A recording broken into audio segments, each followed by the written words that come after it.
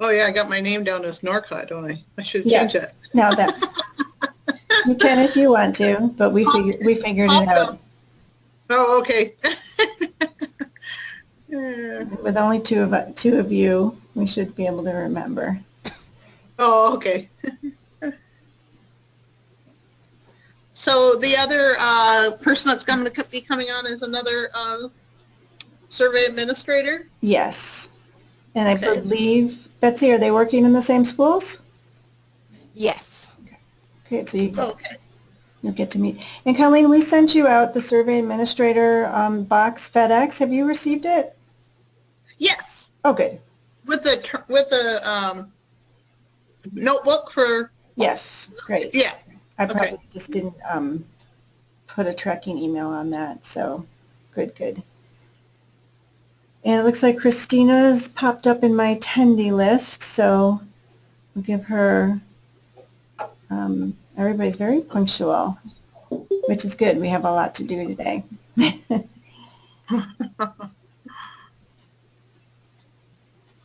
And so just give her a few minutes to start the, oh, and Betsy, let me know if I should wait for Linda, or maybe she might be coming in on her own time some later on. She should be joining momentarily. Okay. Hi, can you hear me now? Yes, this is Christina. Yes, hi. Hi, I can hear you, but I can't see you. To Oh, click that's on, not good. Let's see. there's a green, Or not green. well, it's not green. It will be green once you click on it. Little icon of a video camera that says webcam. Got it. Yep, you do. Perfect. Great. Nice to meet you. Nice to meet you too. Yes, there you go. Colleen, meet Christina. Christina, meet Colleen. Hi, Colleen. Yeah. Now you're in Everett too, right? Right. Oh, great. That's wonderful. Oh, so you live in Everett? Uh-huh. Oh, okay. All right, Yeah. perfect. It's just, where do you live? I'm on Maple Street. I'm on Madrona. It's over by Howard Park. Okay. I'm still kind of new to Everett, so I don't know Everett that well, but Uh-huh. Well, I great. do like it. Yeah. Oh, good. It's a nice community. It really is. It's got a lovely downtown. Yeah. And getting better. I like that Marriott. Is that the new hotel down there? Uh-huh. That's a nice one. Yeah. All right. Well, do you want to get started, Diane? Well, we do have one more person joining, and Oh, okay. she's a staff person who is also going out and doing some survey administrating, not in your area, but she's going to get online this morning as well. And I do see that there's a caller on. Linda, is that you? I just came on. Thanks, Diane. Okay. You don't need your webcam this morning, do you, Linda? No, I'm good. Okay. All right, great. Then we are good to go. Great. And so we've got Christina and Colleen on. And then for the staff, we have myself, Diane, and Betsy, and Amy, and Linda. So lots of folks this morning. We'll get right to it. We have a lot to do. First thing I want to do is make sure everybody can use their GoToMeeting tools correctly. So this is a little screenshot that is more or less what you are also looking at. There is a mic button, and you can click that on and off, and it's best to keep it on mute red. That way you don't have to worry about any background noise, any dogs barking or train going past, and then when you want to talk, you can just switch it back to green by clicking on it. Your video looks like it's on, and you should keep that on, so that's great. Down here, you have the ability to chat with the organizer, which is me or everyone, by switching that drop down. And this is really good for, let's say, your there will be actually a couple of places where I might ask for your thoughts on things, and you can just use the chat box, or if you have a quick question and you don't really want to ask it during the presentation, you could just say, Diane, what about this? Or something like that. So it's a way to interact without using your audio. And then later on in the presentation, we're going to be looking at some materials. And if you hover over me, you can enlarge the area. You don't need to do it right now. That will probably be helpful when we start looking into some of the materials. Is everyone comfortable and see everything? If you want to send a little chat to me, just to the organizer and say all good, that would be great, and I know that you can use your chat.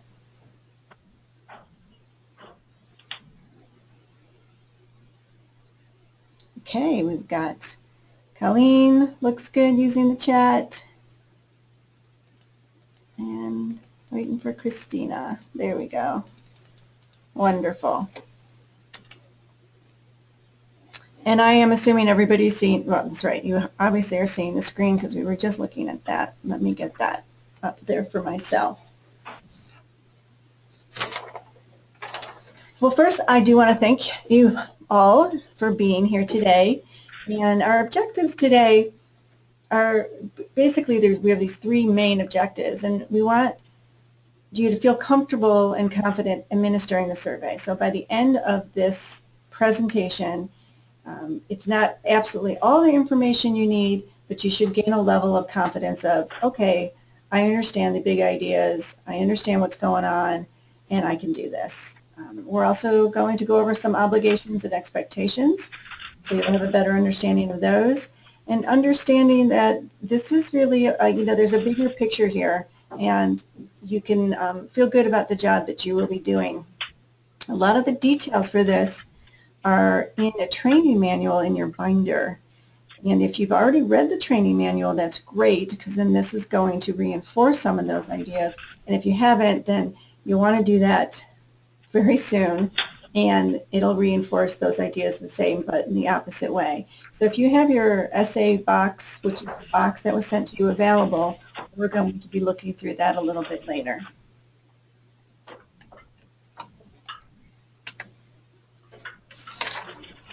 So first, let's look at some of the big picture items. And you are part of a bigger team, and that's great that the two of you met each other, so you already realized that even in Everett, you have a team going.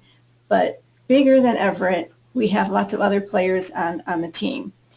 So one level is GEARUP. What is GEARUP? Gaining Early Access and Readiness for Undergraduate Programs. It is basically a Department of Education program, grant program, that is in many schools in the country, not just the schools that we're going into, and it aims to help lower income students prepare and succeed in post-secondary education, college or university. Now there is an organization called APT Associates, and they're based in DC, and they do global research actually, and one of these are looking at research on local and national educational policies. And they're the ones that have been contracted through the Department of Education to research and evaluate the GEARUP program. And then there's us, Survey Research Management. And we are the field data collectors. We're the ones implementing the survey component that will then move towards APT and move up to GEARUP. And then you are helping us do the data collection and the surveying. So that's the big team and the big picture. A few introductions here. Just to know the staff here at Survey Research Management. We have project coordinators, and those are, we have more than those, but those are the three people that you're going to be mostly interacting with, and that's Betsy, Amy, and myself. We also have Linda Kuhn, who's on the phone today. She's the president of Survey Research Management, and Tabitha, uh-oh, her last name just lost me. What is it? Brown, thank you. Tabitha Brown is busy here working on all of the database needs that we have, so that when we get the surveys back, we can organize them and put them into to some type of comprehensive data. And then we have the survey administrators, and that's you. So when you see PC, you'll think project coordinators. Amy Betsy, myself, and when you see SA, you'll see you. So what I like to do now is if you want to take yourselves off audio, and it's great that you two have introduced yourselves a little bit already to each other. If you want to take another minute and just kind of a semi-more formal introduction with your name and a little bit of experience that you have with data collection or schools, and we'll get to know you and you'll get to know yourself or each other a little bit better. So let's start with Colleen, since you were the first one on. Okay. Well, my name is Colleen, and I have worked with schools in a number of different ways. Most recently, I've been teaching at the Everett Community College, and then I get students in there that are from the high school. And then I've also worked with one of the local Everett schools, which is the alternative school, and I have been a volunteer for them and helping students manage getting their degrees, completing education. As far as data collection is concerned, I've been an IT person and done database administration work in the past. Great. So that's me. Great. Christina. Well, for me, in similar capacities as far as a variety of working with youth, I have worked in the Upward Bound and GEARUP program. I was an academic counselor and coordinator for Upward Bound in the eastern part of the state. And then for GEARUP, I was the site director for the GEARUP program in Omak and Brewster, Washington. And worked in schools as a substitute teacher, after-school programs. Currently, I'm with the United States Tennis Association as a site director for the Tennis After-School Zone program. So it's just a little different capacities, but I really enjoy it. That sounds great. I think we're in good hands over there. All right. So I want to tell you a little bit about the GEARUP study. Here are the study goals. To better understand college advising, investigate strategies to increase college enrollment, and they're investigating a new text messaging survey, or sorry, text messaging strategy to use in advising students. In the design of the study, we will be surveying approximately 11,400 seniors in the GEARUP program in 62 schools. It's an on-site survey administration, and then there will be make-up surveys done through the GEARUP staff online or mailing, but most of the surveying will be done on-site with you administering the survey. So what is the survey process itself? Once the students get the surveys in their hand, it should take about 15 minutes, and it is paper survey with pen or pencil. We will provide pencils, so we call it a paper pencil survey. Who is getting the survey? The administered students in the GEARUP program who are expected to graduate this spring, this May or June. The schools will have at least one main survey day, sometimes more, and one makeup day scheduled by the Survey Research Management Project Coordinators, little acronyms there, SRM PCs. And then you, as the SAs, survey administrators, will arrange some makeup procedures with the GEARUP contacts. And we're going to go over all of this, but that is basically the process of the survey. In talking about, these are their research goals. They're a little bit different than the survey goals. And we're going to look at three broad, what I consider kind of umbrella components of the way we are administering and you are administering this survey. And I think of them in a nice little package way called ICE. Integrity, confidentiality, and environment.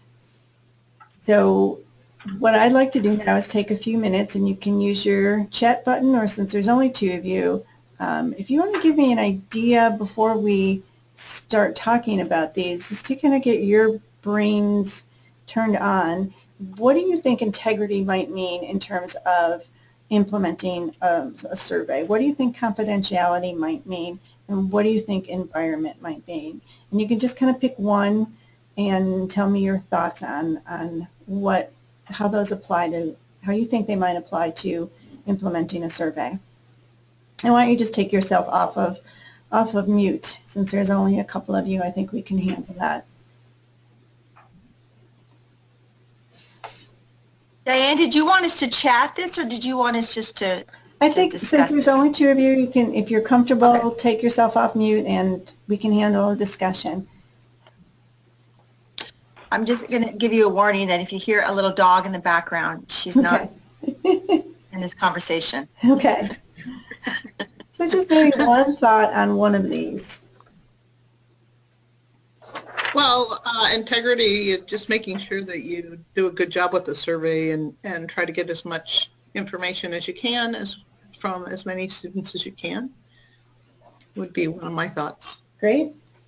I think for environment, I think having a safe, secure environment where the students are able to get comfortable and utilize their time efficiently, and that there's enough lighting, that it's just a good space to take a survey, and it's safe.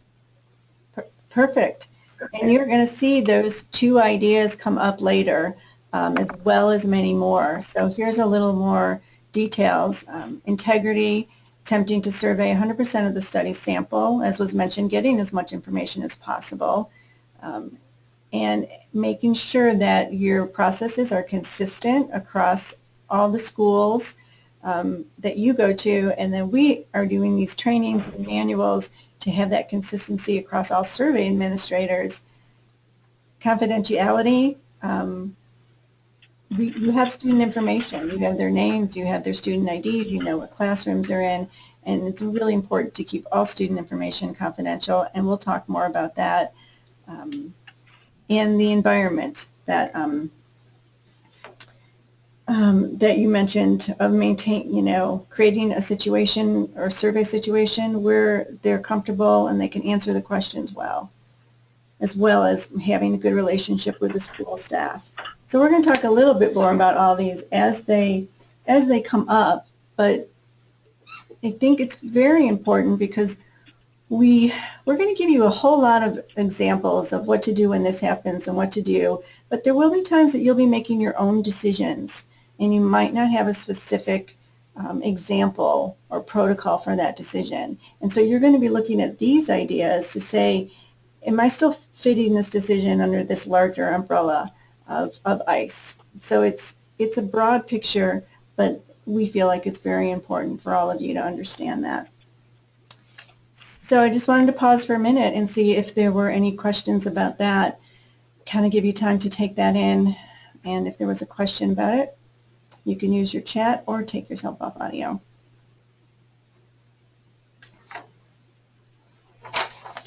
I think it's very clear for me. Great. Yeah, I think it's really clear for me as well. Okay. Wonderful.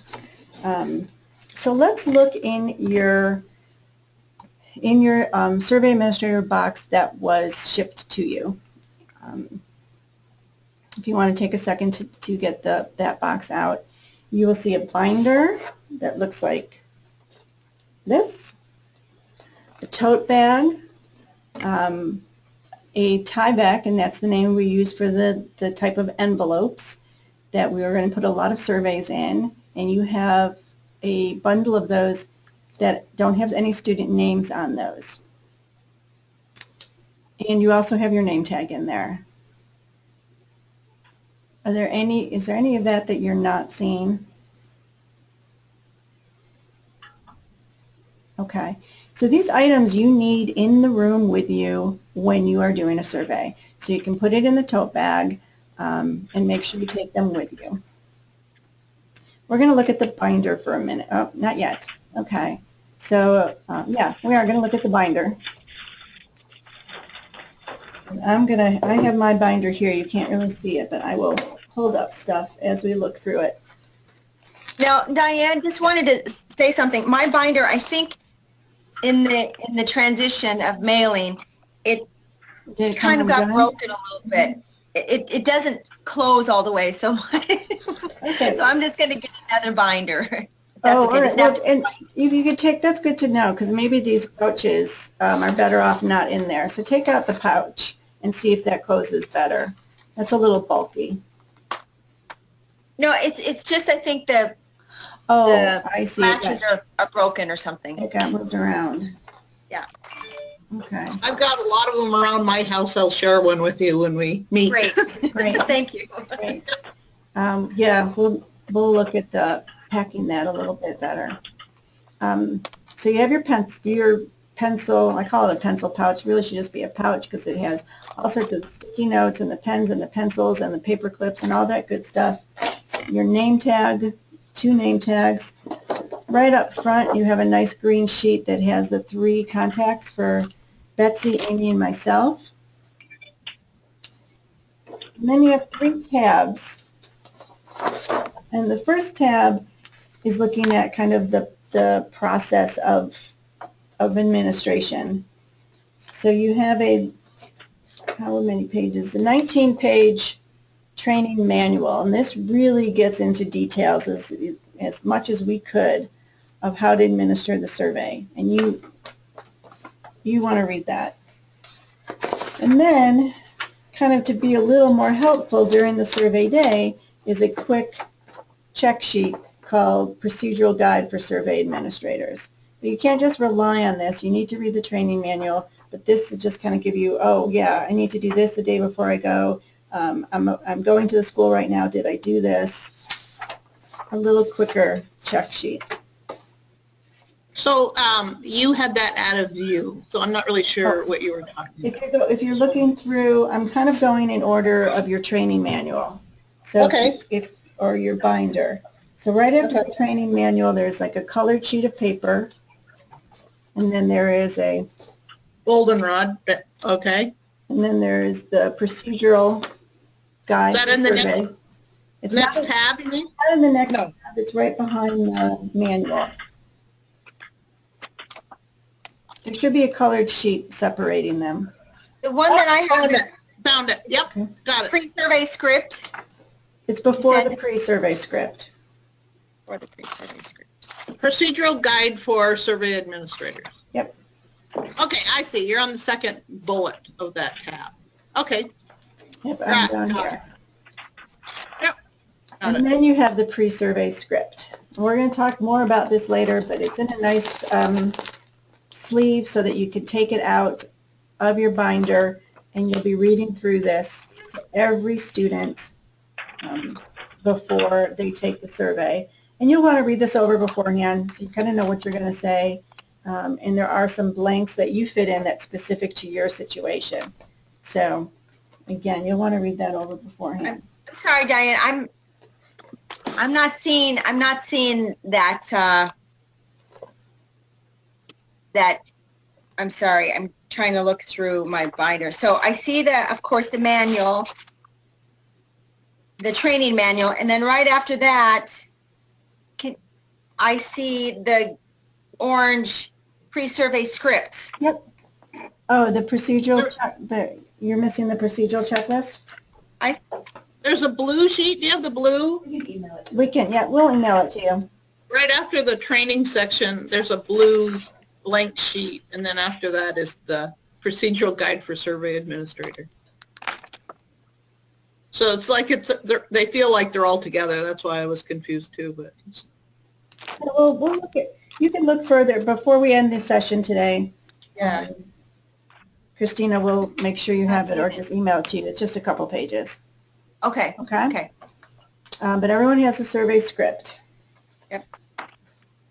Great. Then the next tab, you have a bunch of papers called GEARUP Survey Name Labels Forms. Name labels from surveys. They're just white papers. We're going to talk later about what to do with these. You have a bunch of bluish papers called What's in this bundle of surveys, and you're going to use this, and we'll talk more about this later, to help you organize the surveys at the end of the day. And then in the last tab is information about makeup surveys. So you have student survey makeups, which are instructions that you will, again, we'll go over this when we get to this part. These are instructions that go to the GEARUP staff that you might be leaving some surveys with, and all of the, and then blank rosters for them to use, and a couple other pieces of paper that, again, you will be leaving with them. Security procedures and an agreement to protect. So we'll go over all those when we do the makeup component. But just so you get the feel that the last tab has to do with makeups, and the first two tabs are the rest of the survey administration process. So keep this out and handy for when we go over some of this information as we go through it. And I still have that note, Christina, about, or, yeah, to get through the procedural guidelines. Let's see.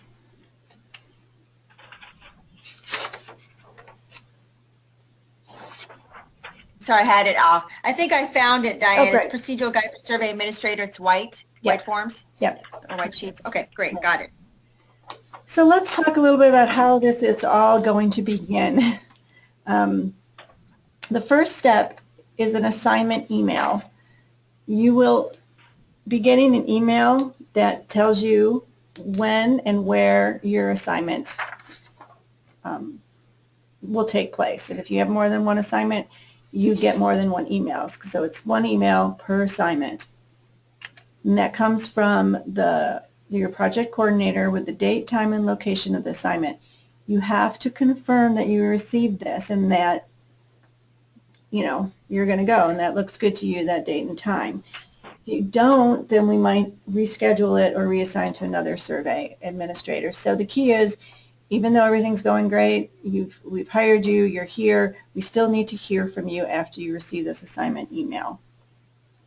Then you'll receive another email called the school cover page.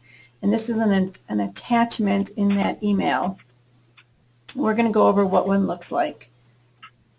You receive this before your first day of school, and it includes details about how to arrive, where to arrive, who your contact is at that school, how many sessions you have, if you have sessions. And so this is a really important piece of paper, and you want to look it over before you go so you have a feel for what your day is going to look like. Definitely print and bring it with you. You can put it right in your binder. We wait until fairly close to your date because a lot of this information we don't get from the schools until a little bit till later than obviously today. So it gets emailed to you via an attachment.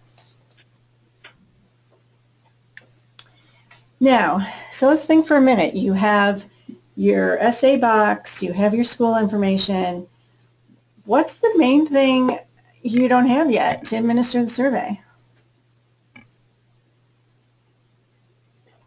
Any thoughts? A list of the students. You don't have a list of the students. And what else don't you have? The surveys themselves. Exactly. Exactly. So that's going to bring us, there's a question. That brings us to what gets shipped at the school. Now I'm going to move around. This is a good time for you to expand your view of me. Because this is a box that you don't see until you get to the school. Let me see. I'm going to have Amy help move my thing around if I'm not in view. So you get to the school, and we'll talk a little bit later about how to find this box because it's going to be with your GEARUP contact. Let me know if you can see me in the box okay. Or let me know if you can't. Okay. I can see you. Great. So there's going to be a box, and it has on the side here, school box for GEARUP survey, hold for survey administrator. That's you. So that means the GEARUP contact person may not have even opened it yet. And we're kind of encouraging them not to open it, not to go through it, because we want it to look like it does now when you get there. So you are doing this. And actually, it's a good time to mention, because we haven't mentioned yet, the lead administrator, and that's going to come into your cover page that you'll see. You'll know whether you're the lead administrator to that school. One of you will be the lead and one of you won't be the lead. And it's the lead's responsibility to open the box and deal with the contents inside.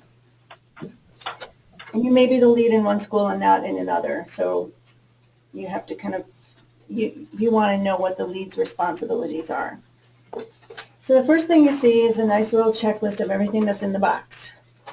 You can kind of put that to the side and then look and see, okay, how is this box going to work? I have a folder called Master Rosters. These are rosters with the name of every student that's going to be surveyed. And then if there are different sessions, it'll give you what time that period is and the location. If it's one large session, you just have one date. There's a copy of this master roster for each survey administrator. So I'm opening this box. I'm Christina. I'm going to keep one for myself, and I'm going to give the other one to Colleen. And that goes aside. Then there's another folder, if you have sessions, called Session Rosters. And then this is where, if it's broken up into sessions, I get the name of all the kids that are in room 130, period 3. All the kids that are in, oh, no, actually, I'm sorry, let me take that back. There is not a folder that calls Session Rosters. Forget that. That was for a different school. So you just have a folder of master rosters. We'll talk about sessions in a second. You have a box of pencils or an envelope of pencils. And then the bulk of your box are going to be your surveys themselves. So here's an example. You have the teacher name, you have the location, you have the survey date. I know that there's 4 envelopes in here. There's 25 surveys in here. And then this is where you would find your survey, your session roster for this session. So this session roster and all of these students go together. So when you are administering the survey, you have your surveys alphabetical, and if students come up to you, you can just hand them out. You don't have to deal with your paperwork until later. You can hand Jesus his survey, Moises his survey, Juan, Kimberly, and so on and so forth. Very important to get the right survey into the hands of the right student. And we'll talk later about what to do if a student comes up and you don't have a survey for them. So you have your session roster and you have the surveys. Now it's up to the lead survey administrator to hand these out. So Colleen would say, Christina, here's session at 9 o'clock. And then I'm taking room 110 and you're taking room 108. At the bottom of your box are materials that you'll need later.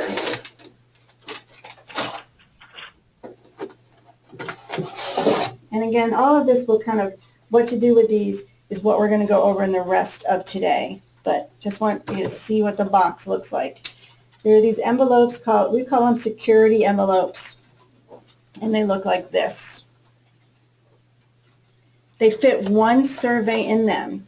And then this will come, we will talk about this later. This is something that you leave for the GEARUP contact, the school contact, if you're leaving them surveys to do. you'll be shipping surveys back to us.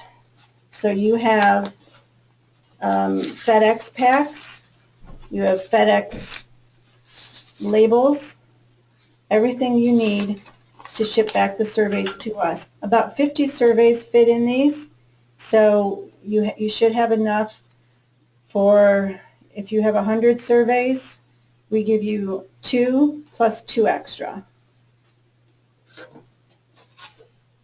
And then you ship back your rosters, and that's a FedEx envelope with a shipping label.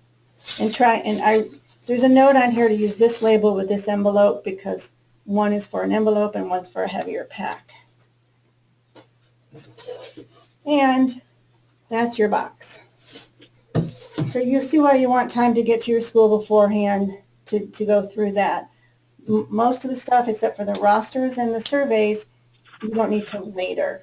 So if you kind of have yourself organized, get there, here's your rosters, and here's your surveys, you're ready to go, and your pencils, you're ready to go.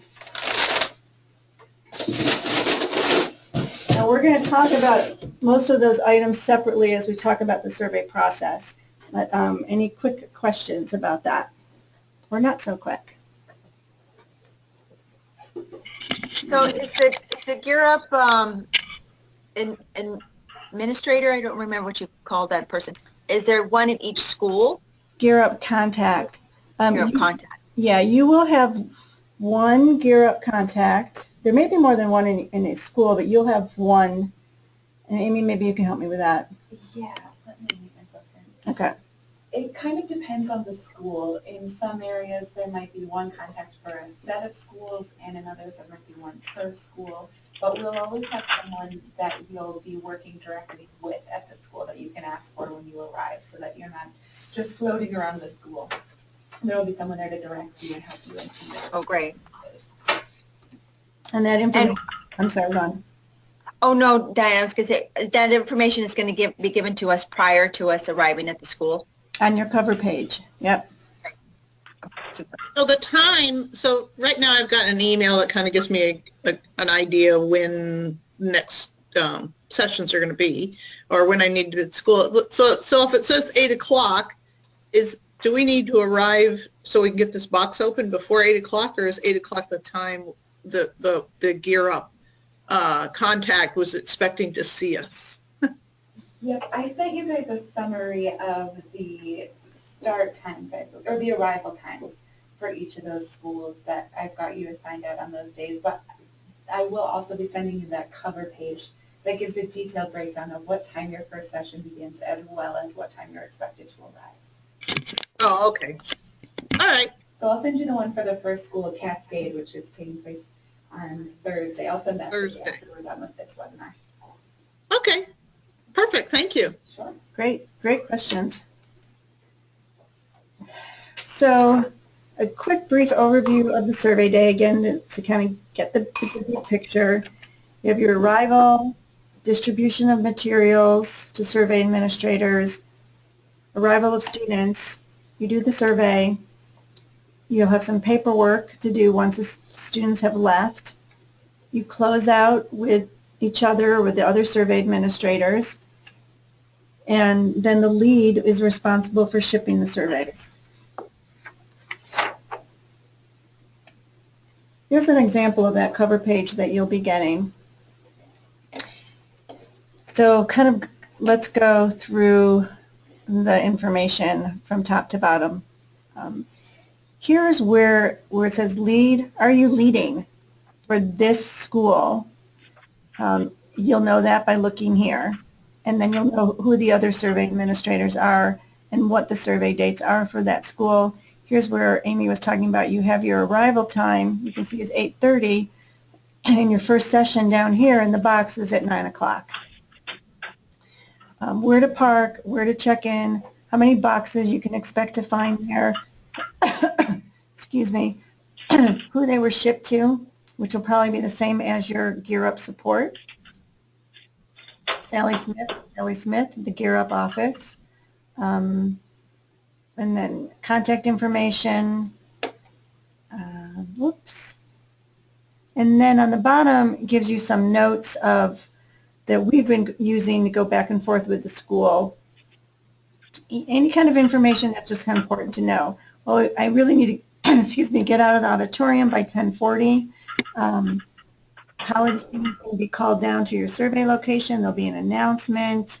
How they'll be dismissed, and then if we will, what information or what decisions have been made so far with the GEARUP contact about makeups. And Betsy's going to talk a little bit more about makeups later, and then anything else. So just any information that we think will be helpful to you to know before you go. So let me take a second to look at this cover page.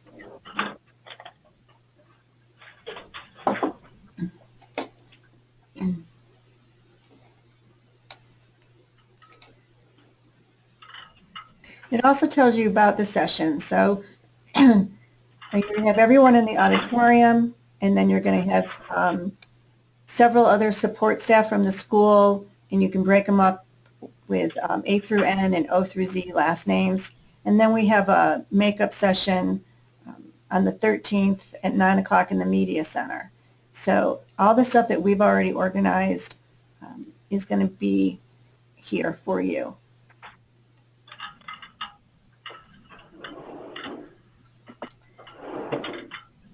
A sample of this school cover page is on page 17 in your training manual. So you can look at it again. And your procedure guide talks about this. And again, I can't impress enough to take your training time that you have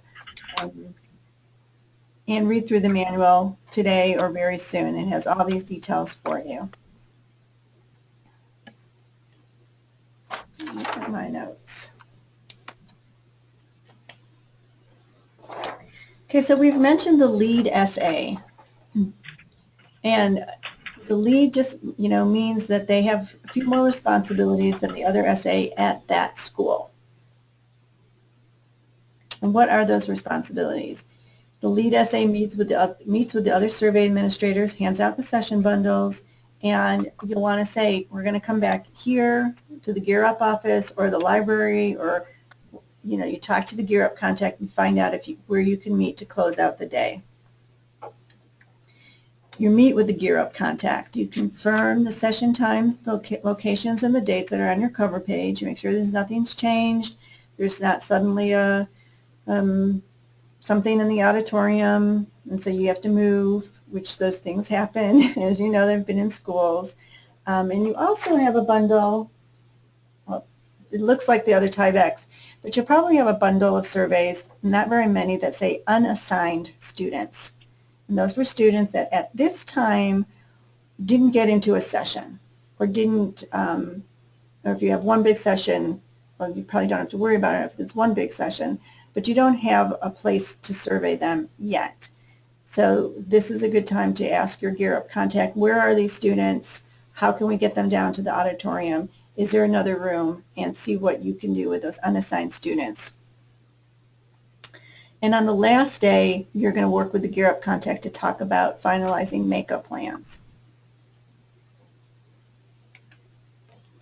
You coordinate the closeout meeting with the other survey administrators. As a lead administrator, you're collecting all the surveys from them, and we're going to talk about how to reconcile the master roster with the surveys that you're getting from them. But if you're not the lead SA, you're going to be handing your survey to the lead.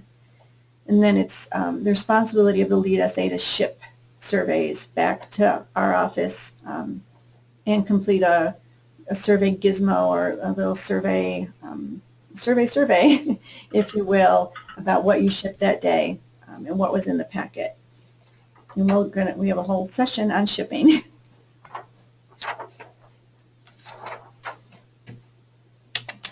So let's start with arrival. As you can see, it's really important to be prompt. Things start right away. You got to get the box. You got to be ready for that first survey. So you want to be there. Kind of gather if you can. If there's just the two of you, so you enter the school together. Go to the office. GEARUP contact. It's just less going on with the office if you kind of can do that together. So you can check in as a group. Think about first impressions. You both have been in schools before. You're the face of the survey. You've seen that big picture of what this survey really symbolizes, but you're who they see. It's going to be important that you're very flexible, and you just notify us if there's any changes, even the smallest changes. If you had to change rooms or if anything happened, contact us right away. Speaking of your first impressions, again, we look for kind of a professional, casual dress code. You know, khaki pants, dress pants, blouses, button-down shirts, sweaters, skirts, dresses, type of things that you're going to want to leave at home that day is at the leave at home list. And there's couple pages in your training manual that gets a little bit more specific about what to wear and what not to wear. But you don't want to be distracting. You want to be respectful. Pretty clear there. Oops, I'm going the wrong way.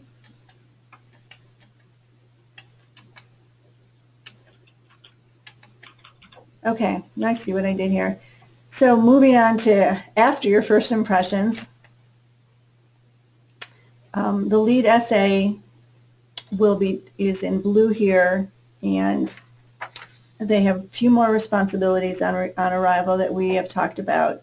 Meeting with the GEARUP contact, confirming the day's plans. They collect the survey materials, distribute, and designate the time and location. So that all is done upon arrival. You saw some of this as we were going through the essay box. You have your surveys that are already organized and pre-bundled. Here's the lead responsibilities. Hand out the pencils, the master roster, the surveys, and if one large session, those bundles are alphabetized. We talked about a master roster and a session roster.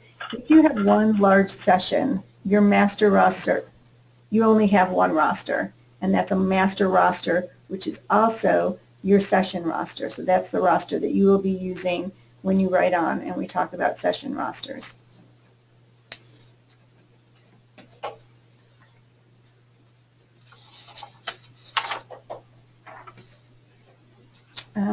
Let me just look at my notes here. Survey bundles. We're just going to go over this real quickly so you can visualize it up here. Your surveys will be bundled in these options. Alphabetized of one large session. It has a date and the time in it and the number of surveys. In that, the N number is the number of surveys in that envelope. So chances are if it's one large session, you'll still have two envelopes, and we try and split it around 50. It'll be A through L and then M through Z. Or you could have survey bundles that are in sessions. In that case, it'll have a date, time, the teacher, and the room, and how many are in that session and in that bundle. So that's the OR, and you have the bundle of unassigned. And these are students that are on your master roster that have not been placed in a session.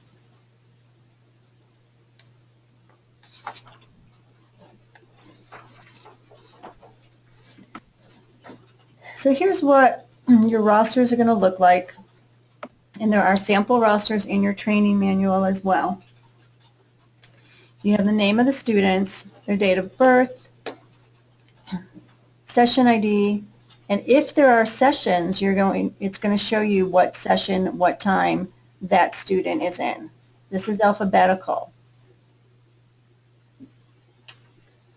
If you have a session roster, you only have the students that are in that, at that time, in that location.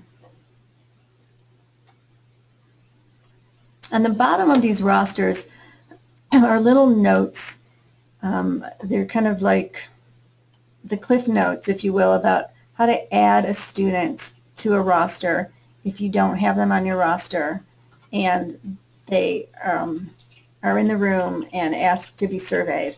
We're going to talk more about that, and there's a lot more about that in your manual, and in your procedural guide. But this down here is just kind of like a little quickie. So when you need to make a quick decision, looking at your roster and looking at the student, it helps remind you. So let's think about rosters for a minute. There was a lot of information there. So I've got questions for you. And you can just use the chat here. When is your master roster also your session roster? Or in other words, when don't you have a session roster and you just use your master roster as your session roster? I'm going to wait and see what kind of answers we get here. See what kind of teacher I am.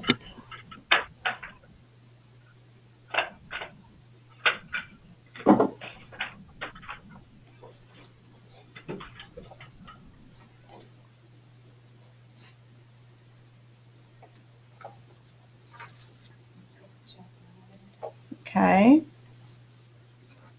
Colleen, got an answer. Christina?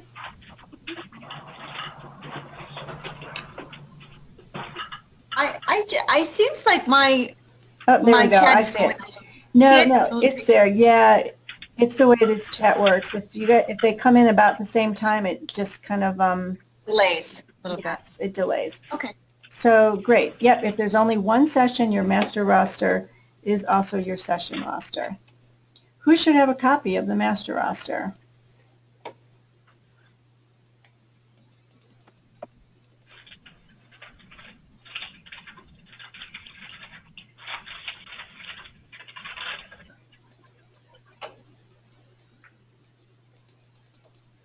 Do we have answers there? Yep. Okay. So your master roster, no, it's good. It's good. Your master roster does come in the box, and every essay is going to have a copy of the master roster, and we're going to look a little bit more on why that is your main reference. So even if you have a session roster, you're going to want that master roster with you so that you have that as a reference. So the lead essay will hand out the master roster to every survey administrator. And just true or false, you will always have a master roster. Kind of just went through that.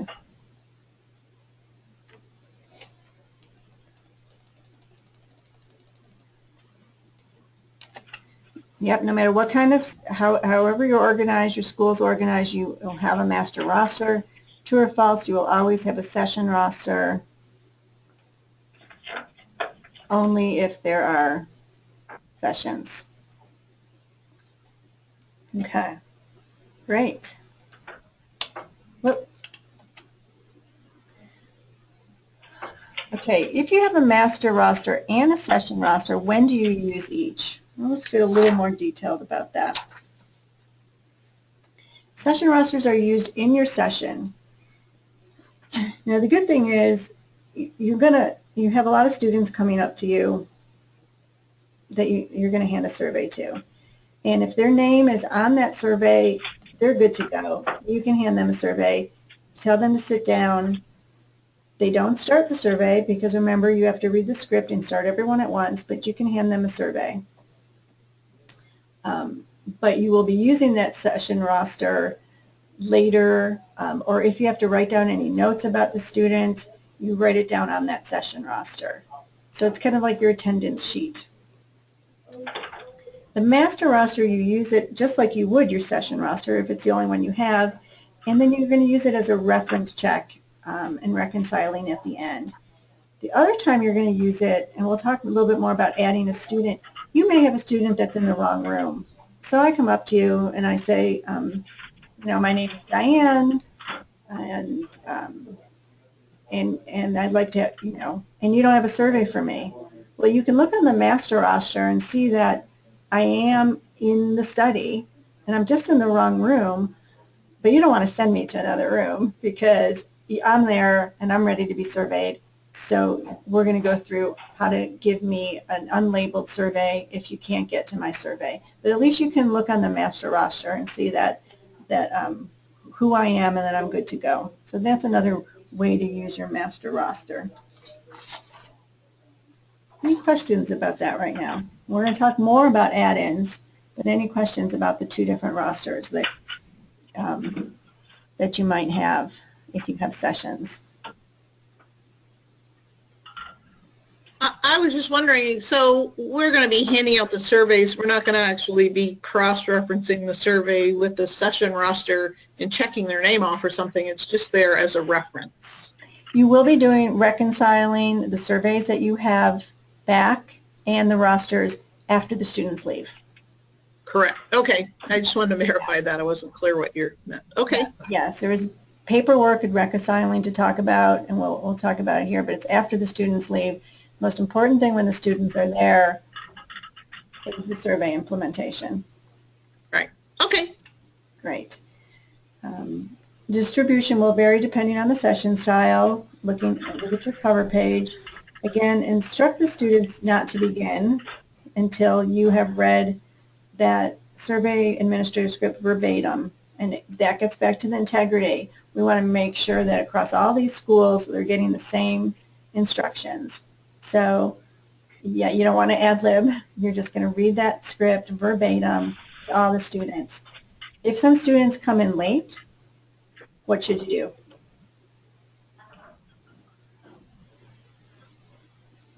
You can just, thoughts. I would think, well, I would review the survey script with them. Exactly. So it's a short script. You got a student that came in late, just read them the script verbatim. So there's not so if they do come in late, like 5 minutes late, that's fine? You know, we don't have specific instructions on that. There are some of these things that you kind of can wing. Okay. If it seems too late to you, you can talk about doing a makeup, or maybe that would be a good thing to talk about with the GEARUP contact beforehand. Can some students stay later if they start later? Yeah. Hopefully there aren't a lot of late students. But the point there was that every student should get read the script. But that's a good question. I don't know if well, just because I know lateness lateness is sometimes, it depends. Sure. I mean, I just want to make sure that out of after a 15-minute survey, if they come 10 minutes late. Yep, I'm going to let Amy jump in and answer that one. She's. I think if the student is present, we want to try and collect as much data as we can from them. So if they come in late, I would say go ahead and start the survey. If we're in a limited time frame where the teacher says, no, I'm sorry, I need to continue with my class, I'll have to finish this later, we'll take as much as we can. Okay. And to us, even partial data is valuable. If they're able to come back and complete it later, great. If not, even the partial data is better than none.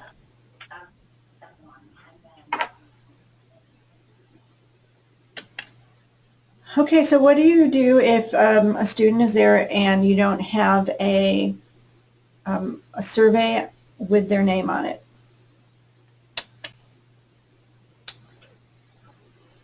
So if the student is on your master roster list and you have access to their pre-labeled survey, let's say the other essay is right there, and you just say, hey, do you have Maria Valdez's survey?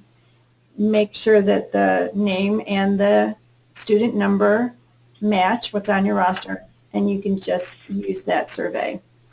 That's not as likely because you'll probably be in different rooms and it's very difficult to do at one time.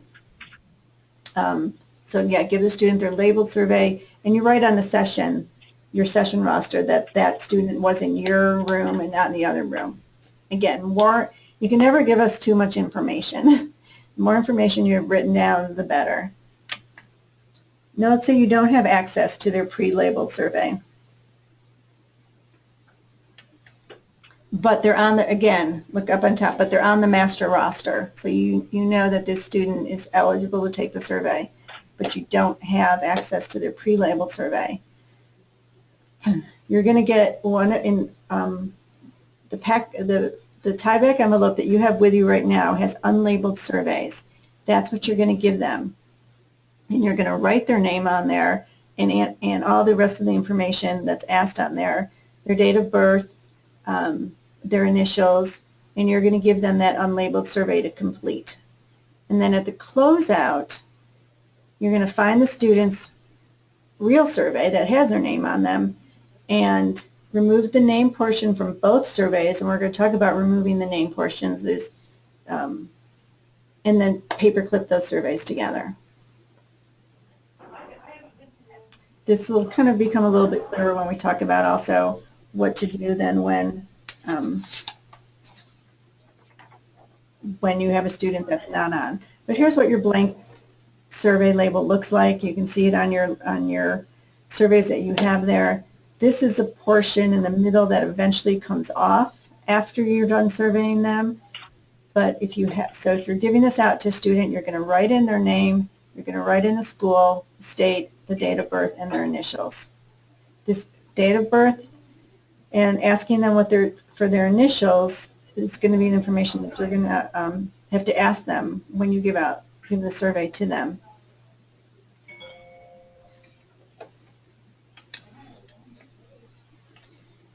So what if a student's not on your master roster and they say, I'm here to take the survey? Well, we may want to survey them. There's a very good chance that we do want to survey them. So there's just a couple really quick questions we have to find out. Ask them if they expect to graduate this year, this spring. They, yeah, but I'm not sure if I have one more class. If I fail it, I might not. As long as they expect to graduate this spring, and are they capable of completing the survey independently? You can ask them that, or you can just make that assessment. And that's basically it. If they have those two things, you will want to survey them. You do the same thing that we just did up here of completing, giving them the pre-labeled survey, or the unlabeled survey, excuse me. So you complete the label of an unlabeled survey, copy that information onto your session roster. You'll write their name and all that information on your session roster. Give the student the unlabeled survey to complete. If the student is under 18, do we have these parent notification letters here? Yes. If the student's under 18, one of the things in your school box that, I'm sorry, I missed in the school box because some schools have it and some schools don't, are the notification letters. And I don't know if, Amy, if you can grab one and bring it over. She's tethered. You have these notification letters that we mailed out. And so if this is a student that was not on our list, they didn't get this notification letter. And just hand them the notification letter and ask them to take it home with them. So it's our way of letting the parents know that their child was surveyed. There's also a bundle of, there won't be very many, 4 or 5 notification letters in envelopes that says to the parents of, and those are the ones that came back to us. So if you could help by noting that, I'll put them in the sessions with that student and paperclip it, but give that to the student as well to take home with them. They don't have to take it home and bring it back or anything like that for you to survey them. It's just our courtesy way of notifying the parents. If they're not going to graduate or they look like they need some special help taking the survey, then they're not eligible, and you can talk to the GEARUP contact about how you might want to either dismiss them to return to class. Probably is the best thing to do rather than have them sit there.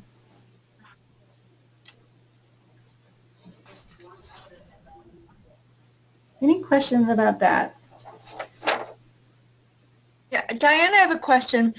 So what about the students that are needing special assistance? Like, well, it's okay for them to ask a question about the survey, like, oh, I mean, the instructions say choose one or choose as many, but if they don't read the instructions very well and they say, Am I supposed to just choose one of these answers or many?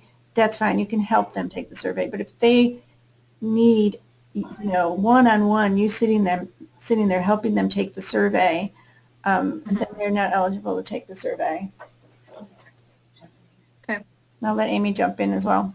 A portion of the survey is The about survey is the about support the that they support receive that they receive as part of their GEARUP program, and GEARUP because staff GEARUP staff all the I time. I can barely hear that. Here, let me take, I'm going to, Okay. I was just saying that the survey itself, a part of it is about the support that the students receive through the GEARUP program.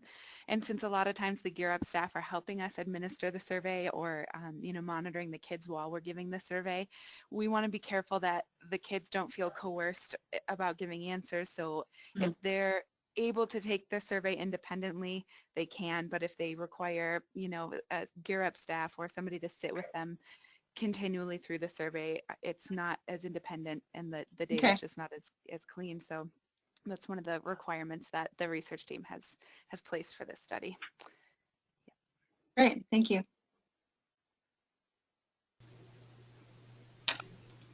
all right, any other questions about that?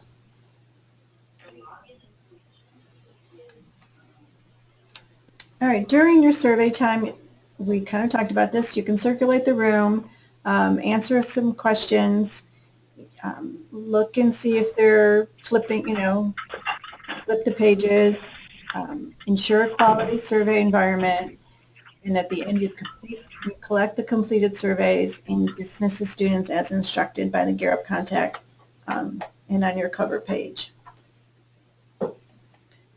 We talked a little bit already about creating a quality environment, and here's a few ideas or a few requirements here.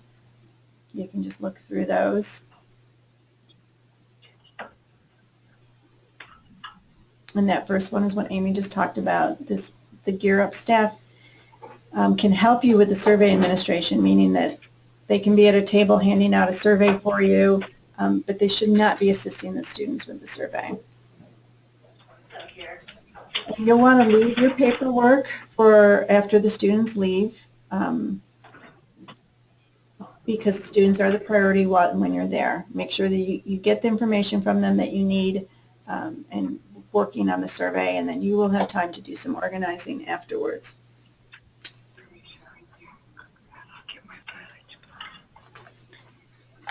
So that's just the survey procedures. We still have a bit more to go over, and you've already asked some very good questions, but I'll take just a second to pause and see if you have any other questions about the actual administering or handing out and collecting back the surveys and the rosters.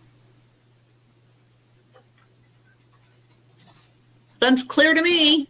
All right, I'm going to get my, I'm getting my binder back because I'm going to be using these blue pages that say what's in this bundle of surveys in just a minute. Because we're going to move on to organizing your surveys and your rosters once the students have left.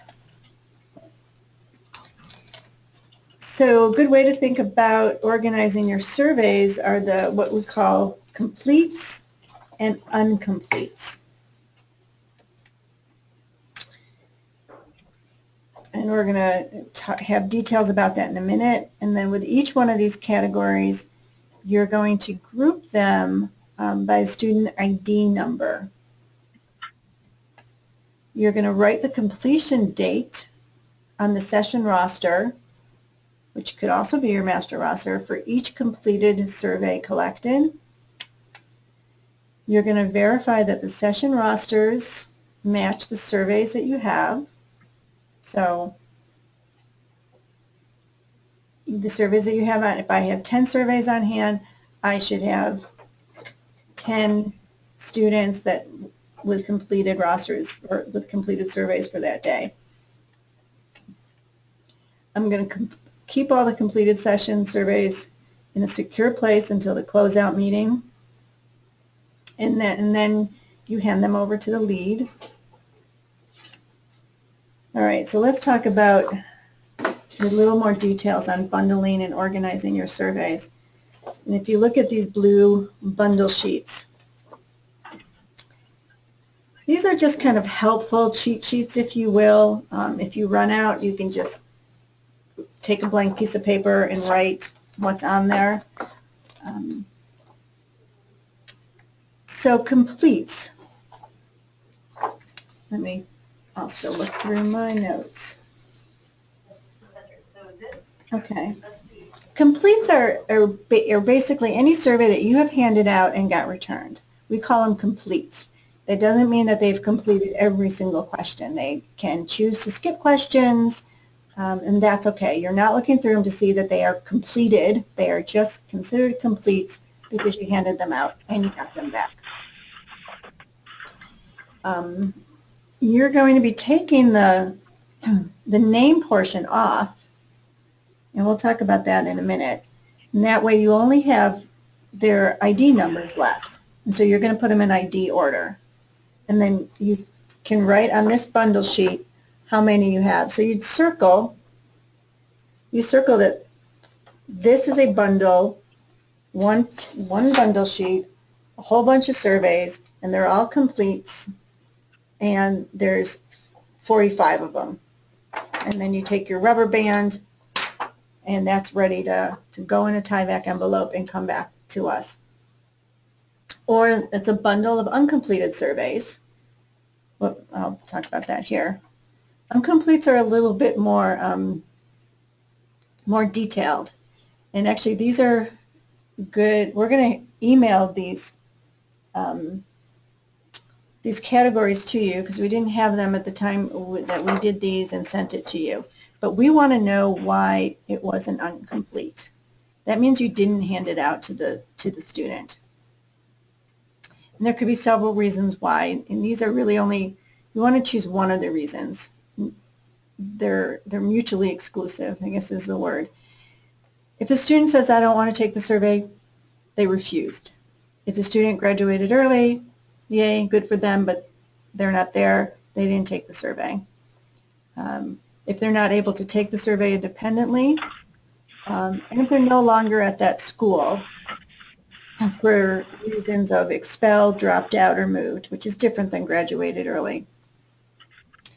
Now, you're not going to know these things because you're not talking to the student because they're not there. So this is information that you get later when you're doing your meetup, your meeting with a GEARUP contact. You can say, I have a survey and we didn't see this student. Can you tell me why? And hopefully they can tell you why. And you write that right on the survey and on the session roster. And you can put those in a bundle of uncompletes. And again, these categories are not on this, but we do want to know why it was incomplete. Where on the survey do you want us to put the reason? You can just write it on the top of the survey. We'll just kind of we'll have it there and we'll have it on the roster. Okay. More information, the better. If you give us information we don't need, that's fine. If you have information and we need it and it's not there, it would have been, so you really can't give us too much information. We can decide if it goes into the data or not. But this does take a little bit of discussion time with the GEARUP contact.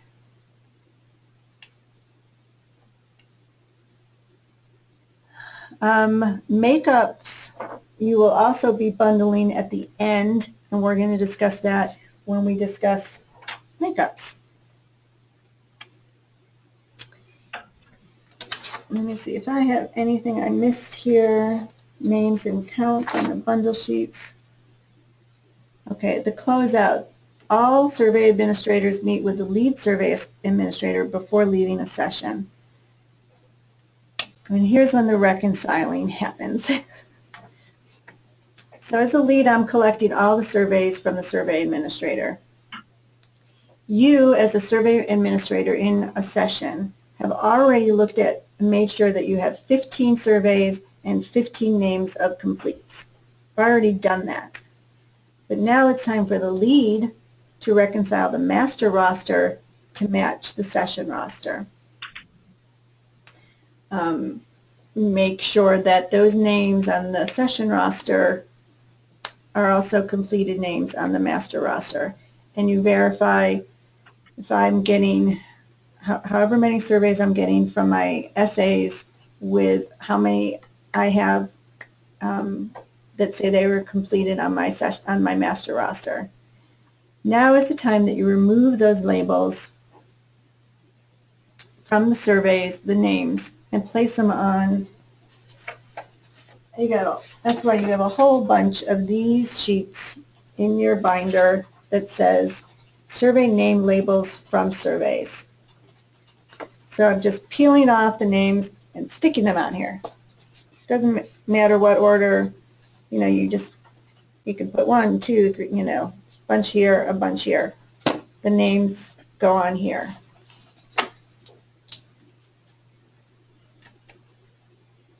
And then the lead is going to collect these name label sheets and the session rosters from the survey administrator. So really, unless you're the lead, you're giving everything over to the lead administrator. You're giving your surveys, you're giving your rosters, and you're giving your name label sheets over to them from that day.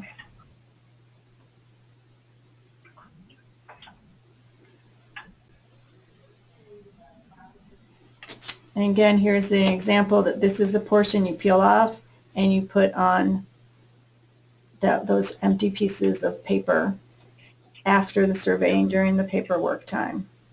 So it's going to take a little bit of time for everybody to sit around, organize the bundles from the day, reconcile the sessions. Did you accidentally write complete down to a name that you didn't give out the survey to? Then you want to fix that, or vice versa. So this is your organization time.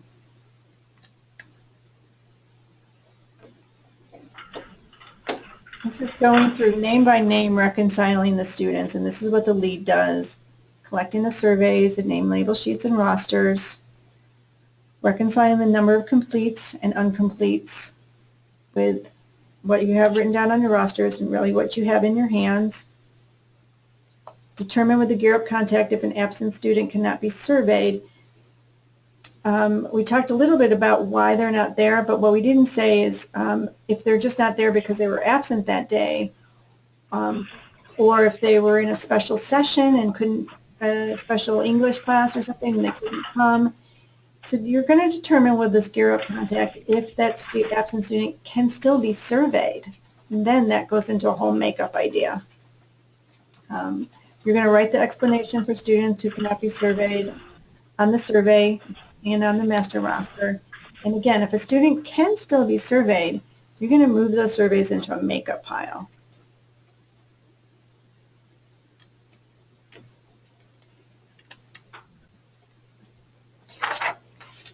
Let me just catch up with myself here. The other thing that you do with your GEARUP contact is confirm the next scheduled session if there is one. If there isn't, then you're going to be talking to them about makeups, because that means that's your final scheduled day, and you're going to determine a makeup plan with them.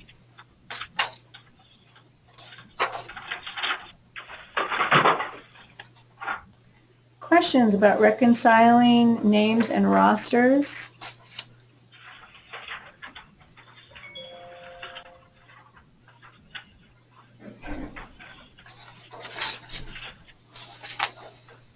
All right, we're going to talk about shipping before we talk about makeups.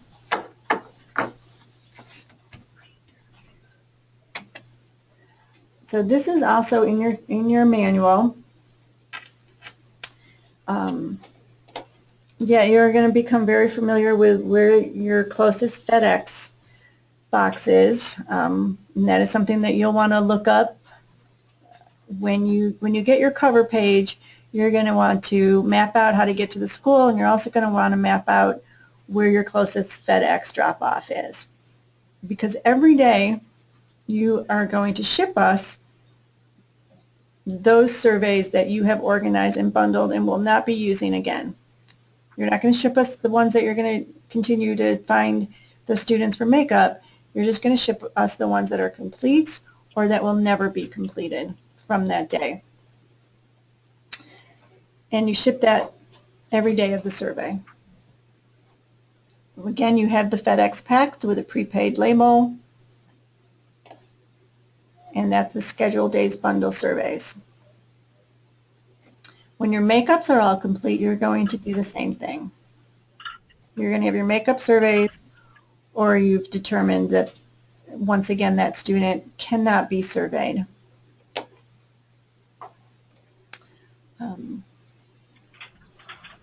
And then once all your survey sessions are done, including the makeups, that's when you send us your session and master rosters. We haven't talked about putting the rosters in there with those surveys, and it's actually very important that those two data pieces of information do not travel together. We don't want the names of the students and their surveys to have a connection in the same envelope, which you'd be able to because of the ID numbers. So you save your rosters, and when you're done, and plus you might need those rosters for continuing to reconcile. So the session rosters and master rosters and the name label sheets go in the envelope once all the surveys are done.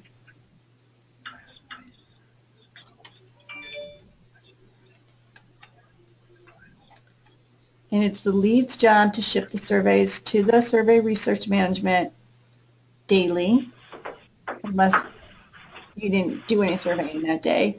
Or if it's a makeup day, and Betsy will talk a little bit about that, you can wait until the makeups are done to ship. Ship rosters and name label sheets when all survey sessions are completed at a school, not daily, but at a school. Double check that the name portions have been removed from the survey labels of your completes.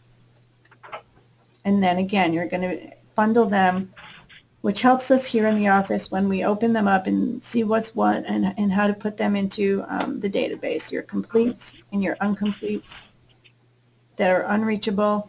And then there may be some students that you just couldn't organize with the GEARUP contact to get a makeup plan done, but they are still reachable, or they're, you know, they or you think they might be reachable. So you're going to put them in another bundle, and then SRM, oops, I thought there was something there. We here at Survey Research Management are going to try and call or email and do online. We're going to try some efforts to get that student surveyed. It's kind of the last resort. Best place to survey them is at the school. But if they are still at that school and they are still reachable, but you just couldn't survey them, that's a different category, and you let us know that, and we keep trying.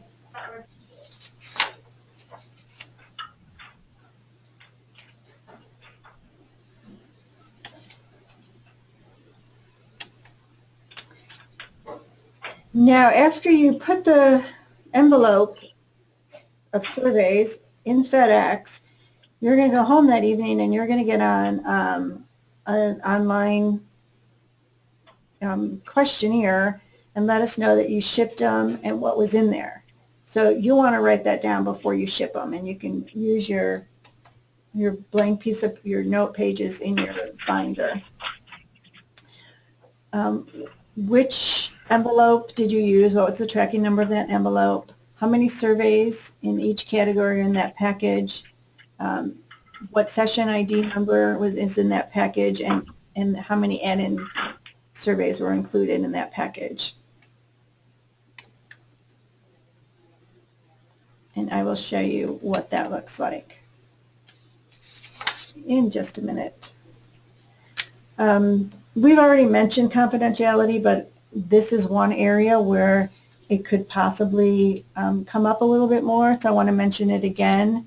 We're never emailing student names and ID numbers, removing the labels. You wouldn't even want to discuss when you're talking to the GEARUP contact, and then later the two of you might be out front saying, well, yeah, you know, this person, this student, I think they moved, or I think that they got expelled. You're not going to want to have those discussions on school grounds where other kids can hear you.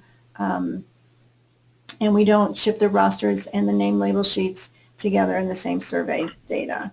So again, confidentiality that we've talked about before, but sometimes in this area it comes up a little bit more.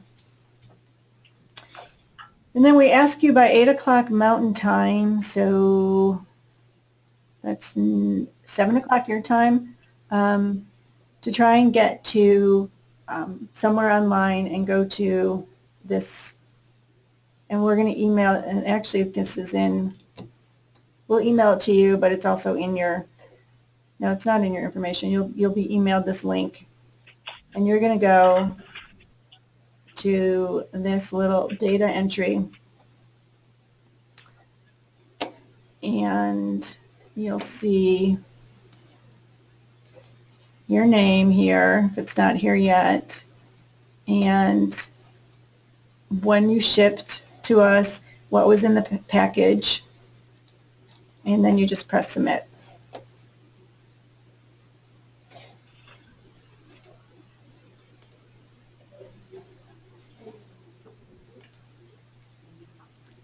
Could you go back to that again? I wanted to see this, that page has the tracking number and everything we have. We don't have to email. We get on here and do it this way? Yes. It doesn't. Okay. You're going to write in the tracking number. Okay. Right, and then this comes to us. Which is the same information that you pointed out that we need to write down before we ship the box. Yes, yeah, exactly. Because I can just imagine you put the box and then you think, oh, what was in that? And you can't get it back. So you'll kind of want it before this. You'll just take a note of what's in your envelope, what's in your package before you put it in. All right. I mean, if you can get online before you put your package in the FedEx box, then you just have it right there. But if you put it in the FedEx, if you ship it before you do this, then you want to make sure you have it.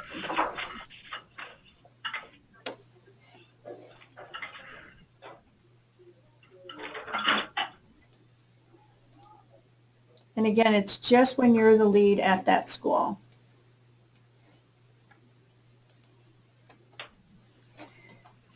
This is just reviewing and see if we have some questions about when you ship what. And Diane, this timeline is in our binder? Yep. Okay.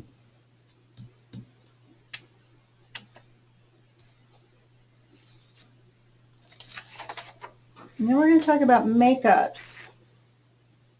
Betsy, do we have you online? Yes, I'm here. Can you hear me okay? Yes. Can you hear me? Yes, I can. Okay, great. And Colleen, Christina, you can hear me clearly as well? Yes. Good. Yes. Okay, great. Yes. Nice to speak with you both again. So Diane touched on quite a number of things with regard to makeups, but I kind of want to put it all into a package here for you because it's a really important piece. So what Amy has done is gone through and scheduled all your initial visits and coordinated them. So we aim to see all the seniors that are part of the study on those days. And she's also scheduled a makeup date. So it's expressly for the purpose of pulling the absent students to a location and time that's been named and agreed upon with the coordinator. But what we find is that even after main sessions are complete and after makeup sessions that we've planned from our end here in Boulder are complete, there will still be, depending on the original sample size for that school, there could still be a couple of dozen students who we never got to see. And it's really important that we leave the school ultimately with a known status for every single student never seen, and more importantly, or equally as important, try our very best to make a time to see that student within the parameters that your GEARUP contact at the school will allow for. So historically we've found that some GEARUP contacts at the school, they're very welcoming to have you come on back. And so this, what I'm going to talk about is the options that you can offer them. And sometimes they're kind of at the end of the line with the data collection in their school and they're busy. And so we have a few options for that type of GEARUP contact too, when they've had enough site visits and they're ready for another option for makeups. Okay, so as Diane mentioned, the most effective way that we get the makeups complete is right there on site. As soon as you're out of the equation, then our chances really decrease. So what we'd like you to do is once main sessions are wrapped, scheduled makeups are wrapped, you'll find a time to sit down with that GEARUP contact, and in front of you, I find the cleanest approach is to have the stack of all surveys that are not complete. And you can also have your master roster beside that. But what's very effective is to go through the blank, uncompleted surveys and just touch base quickly with your GEARUP contact about each student's name and make sure that you have a final status for that student. If you don't, make sure that they go into the pile to figure out how we might be able to survey them. So there's an excellent chance that at this time you already have a lot of information about these students written directly onto the surveys or written onto your master roster, both ideally by the end, by the time you're shipping. But if there's anyone you missed or the GEARUP contact didn't know the status of at the time, now's the time that you can just have a concentrated sit down and they can say that student moved, that student is chronically absent, that student already graduated, whatever the case may be, and you capture it right there on the survey itself and later onto your master roster if it's not.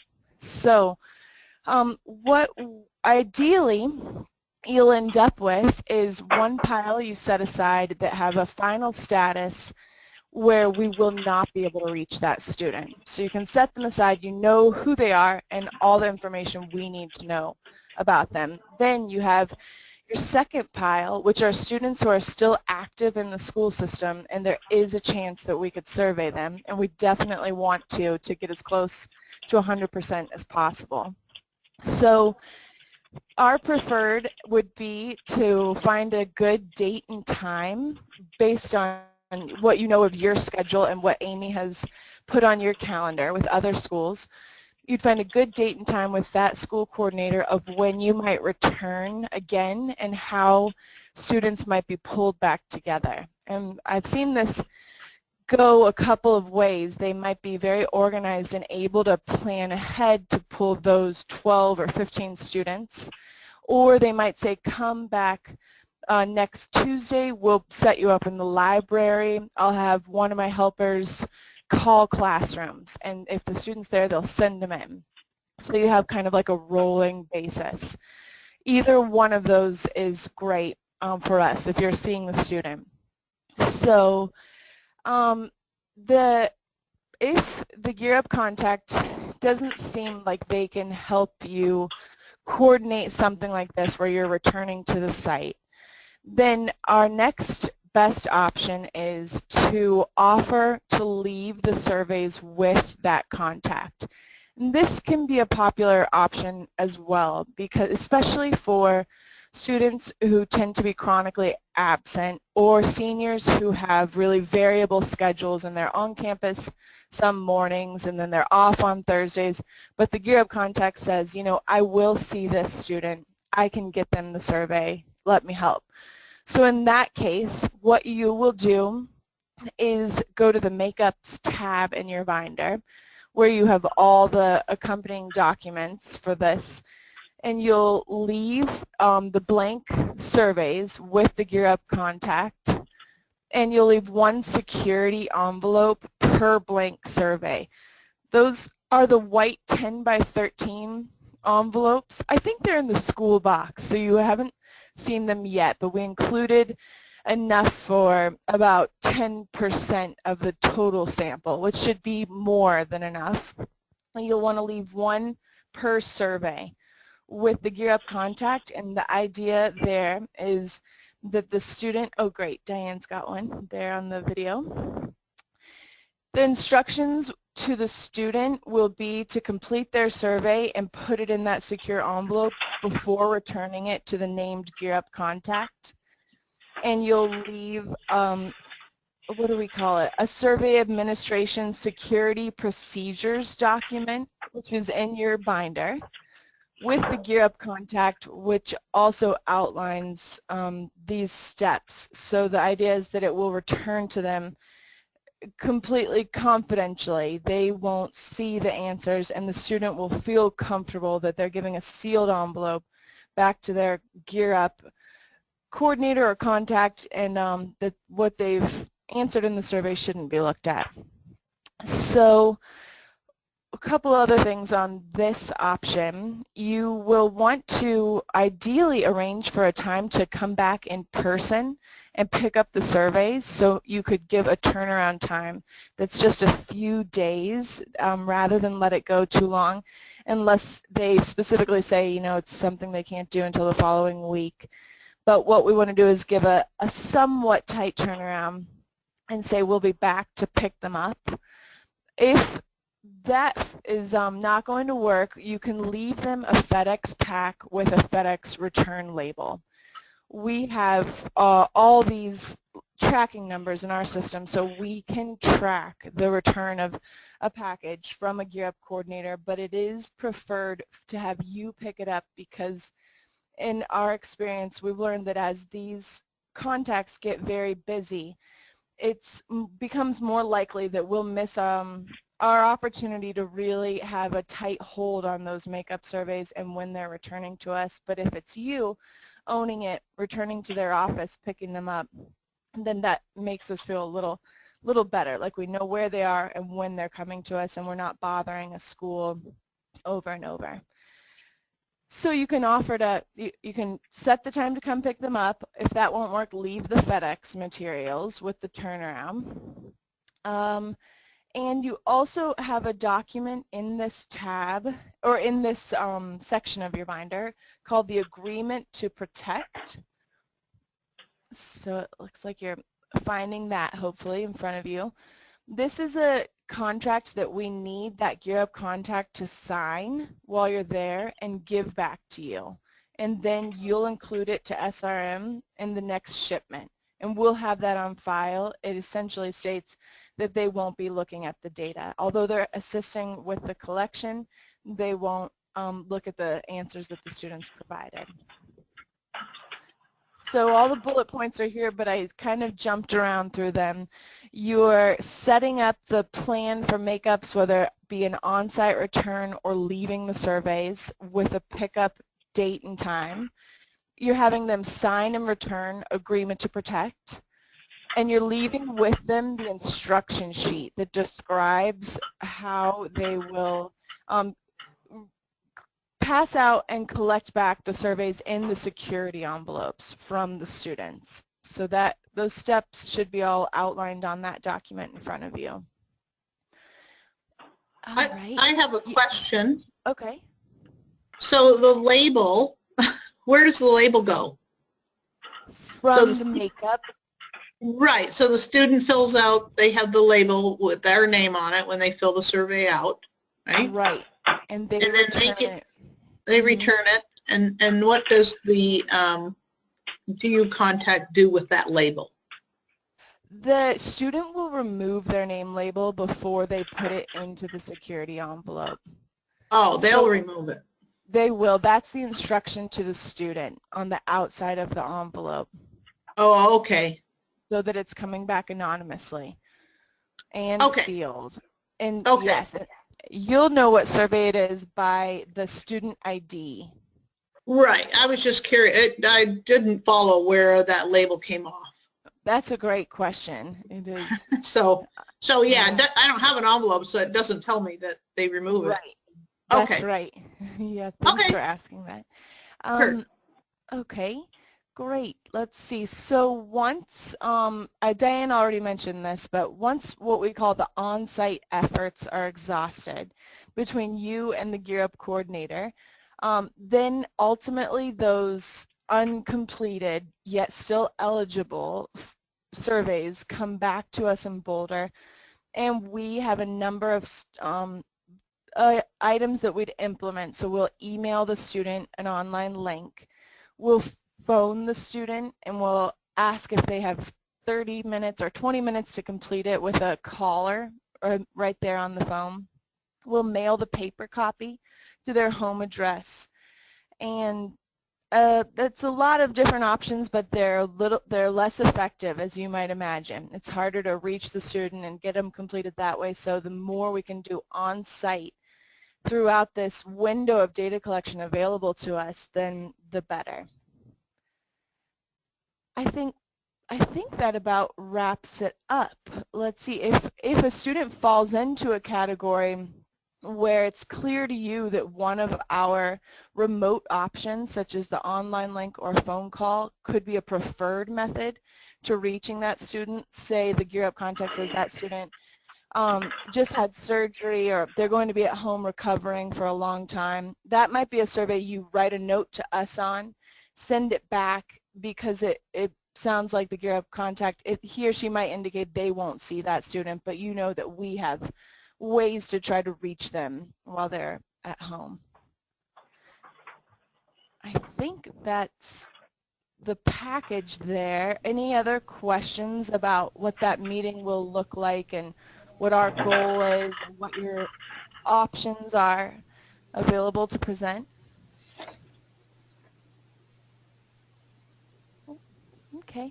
Well, Amy and myself and Diane are definitely here to support you. So during the coordination of the makeup pieces, if you have any questions that pop up or the GEARUP contact wants to do something totally different, just ring one of us and we'll definitely be able to help walk you through it. We really appreciate it. Great. So next on our agenda is Amy is going to talk to you about your timesheets and payroll and show you some forms to fill out there.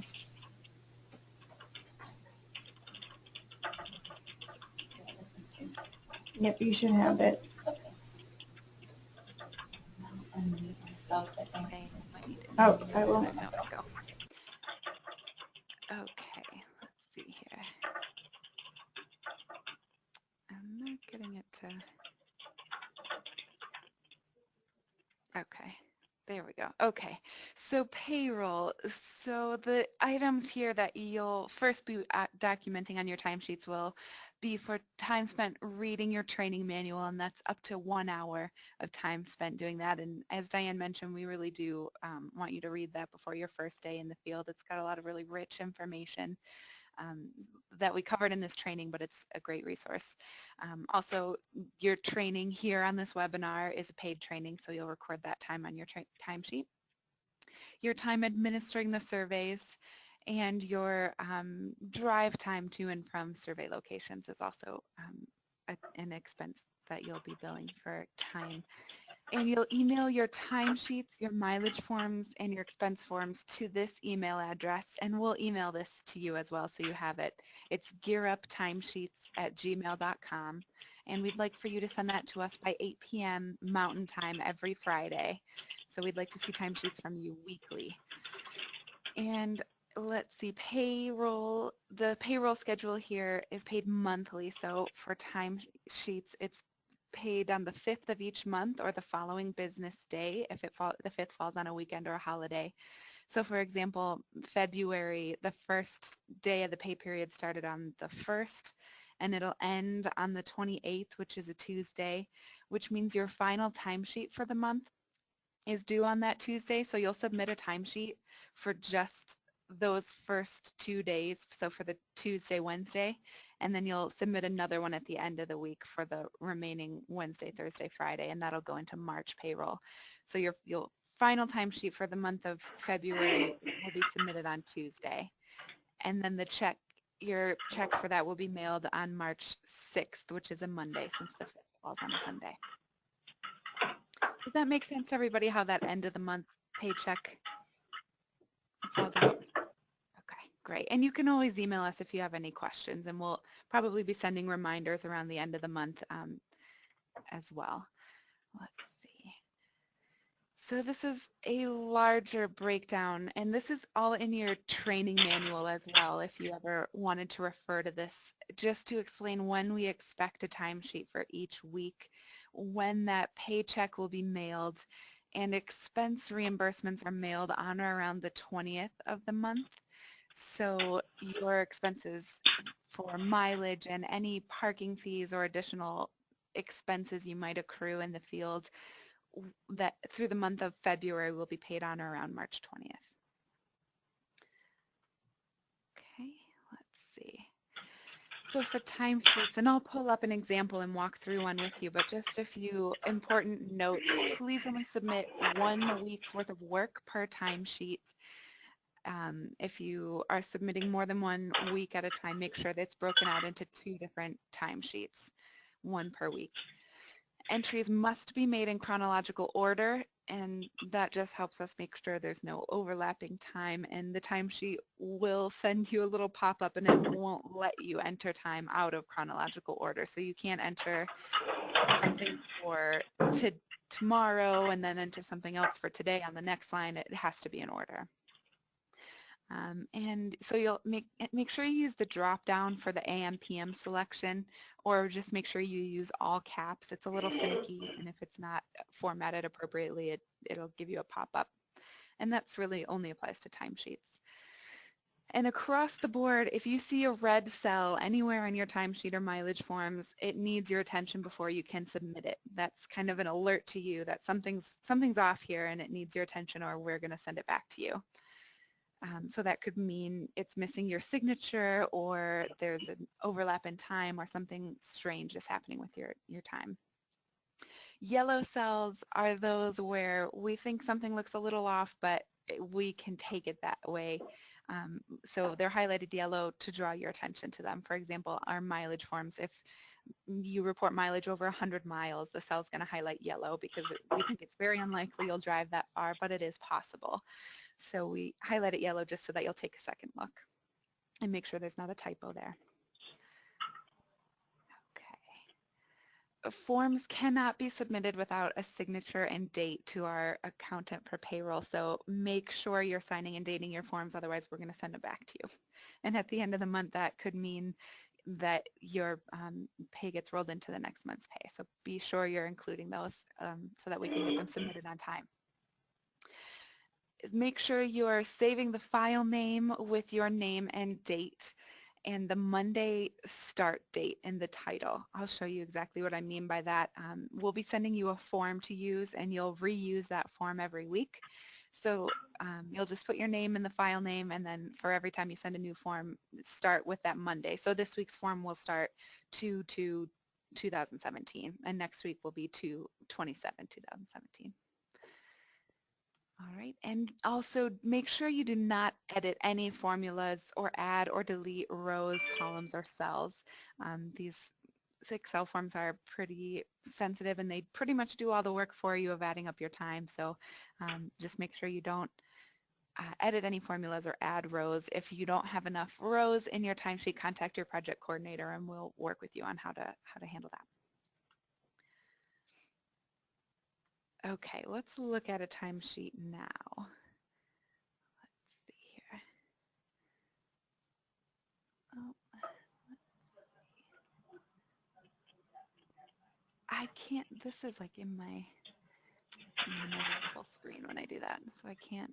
Oh, there we go. Okay.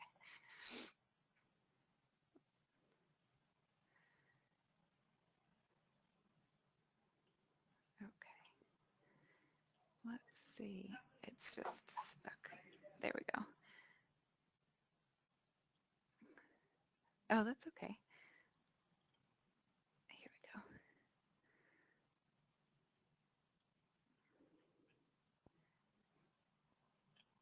So I'll email these forms to you right at the end of this presentation here, so you'll have them. So you can see right at the top here, this cell is red because I haven't entered my name yet. So the first thing I'll do is enter my name. And then in here goes the date, and so today's the 20th.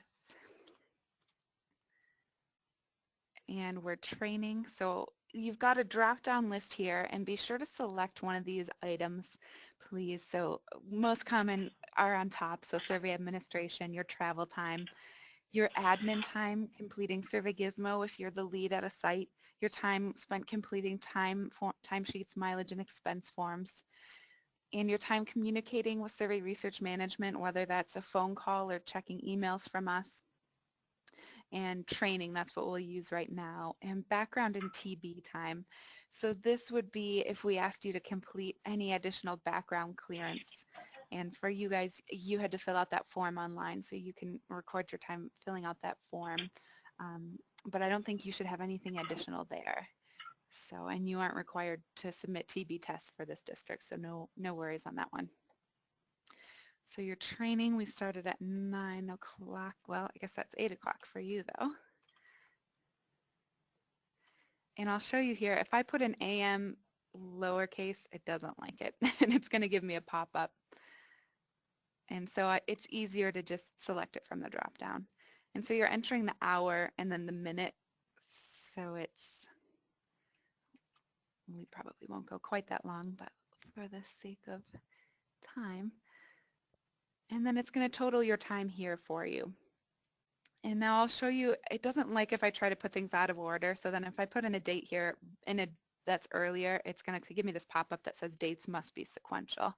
So that's what I mean when I say it's going to force you to put your time in chronologically. So it's best if you just enter your time every day, and that way you don't run into trouble as you enter time and then realize, oh shoot, I forgot to enter my time doing Survey Gizmo yesterday and have to go back and move everything down. So just make sure you're entering your time every day. And then as you scroll down, you'll see down here, it'll show you what project you're on, your pay rate, and your hours. And again, this is red because I haven't completed it yet, and I have to fill this out before I can submit it. Otherwise, it'll come back to me as a problem. And so you can just type your name to sign and the date. And then I'm going to file, save as, and you can save it wherever you like. And this was what I was talking about with saving it with your name. So your name first and last name, please. And then we've already added the year for you, so you just need to add the month and date. And so we'd like you to start with the Monday that starts this week. So for this one, it will be 0220 because today's the 20th and it's Monday. And so then I would save that.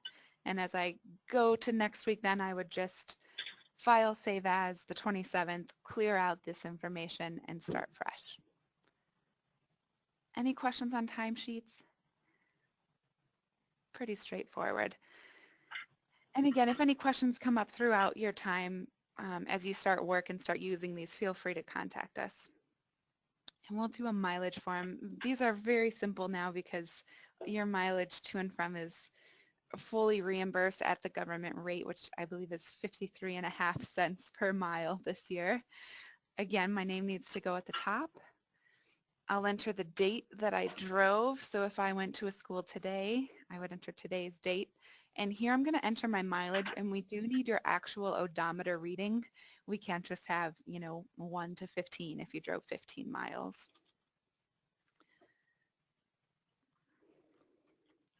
And it's going to total your mileage driven. I'll show you an example of a yellow cell just to give you an idea. So if it's over 100 miles, it's going to let me submit it like that, but it highlights yellow just to draw your attention and say, are you sure this is how many miles you drove? There's no typo here because we don't expect you'll be driving that much, but it is possible, especially for you two driving all the way up to Blaine for one day. We might see mileage that high. So just a double check really. And again, type your name to sign and date. And file, save as with the same format. Make sure your name and the week start date. And you'll save those and email them to that gearuptimesheets@gmail.com. Okay, and then let's see. expense reports are a little bit different, so I'll talk about them real quick before I show an example. So expense reports, reimbursable expenses for this project include tolls, parking fees, any background check expenses, which again, for you guys, that form was free and there's no TB requirements or anything like that. So I don't think you should have any background check expenses. The only thing you might encounter would be tolls or parking fees and possibly shipping and supplies. Most FedEx offices provide those materials for free if you go into the store. And we might be sending you more supplies in the near future. So if you don't have enough to send back your surveys, contact your project coordinator before you purchase those materials and we can see if we can work something out. Otherwise, make sure you save your receipts. All expenses have to be accompanied by an itemized receipt in order to be reimbursed. Credit card statements are not sufficient for this project. Okay, let's see, and I'll do an example of an expense form. There we go.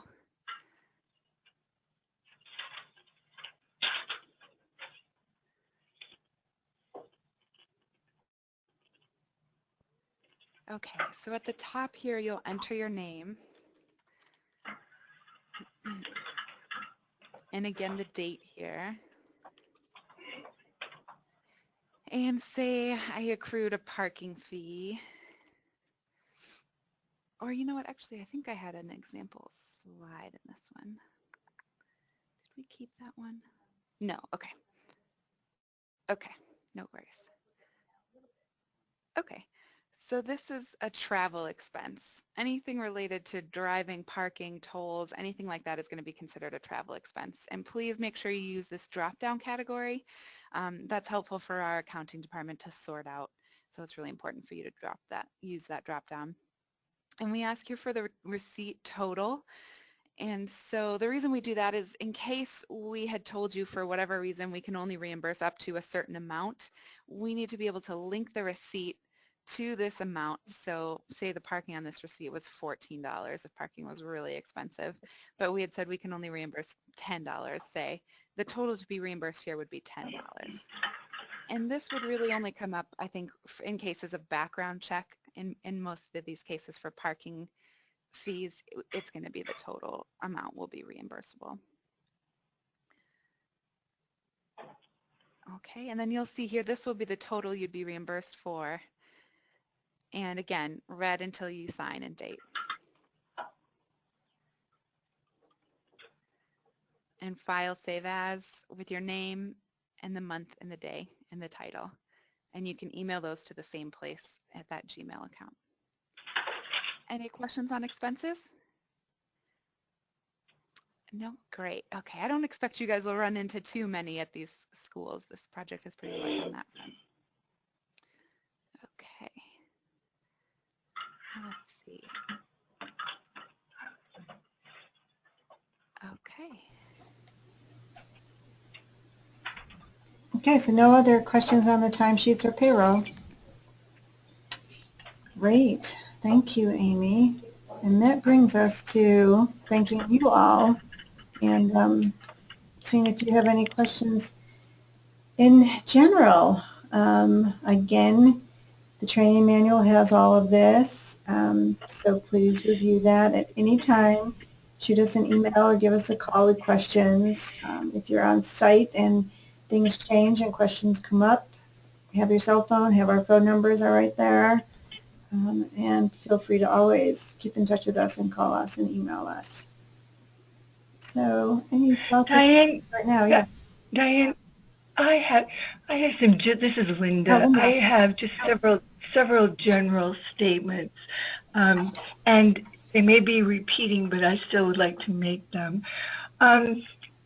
Going back, our staff has been working the past month and a half, as I think you know, contacting each of the liaisons, the schools, going back and forth, coming up with a day, a time, the best way to schedule.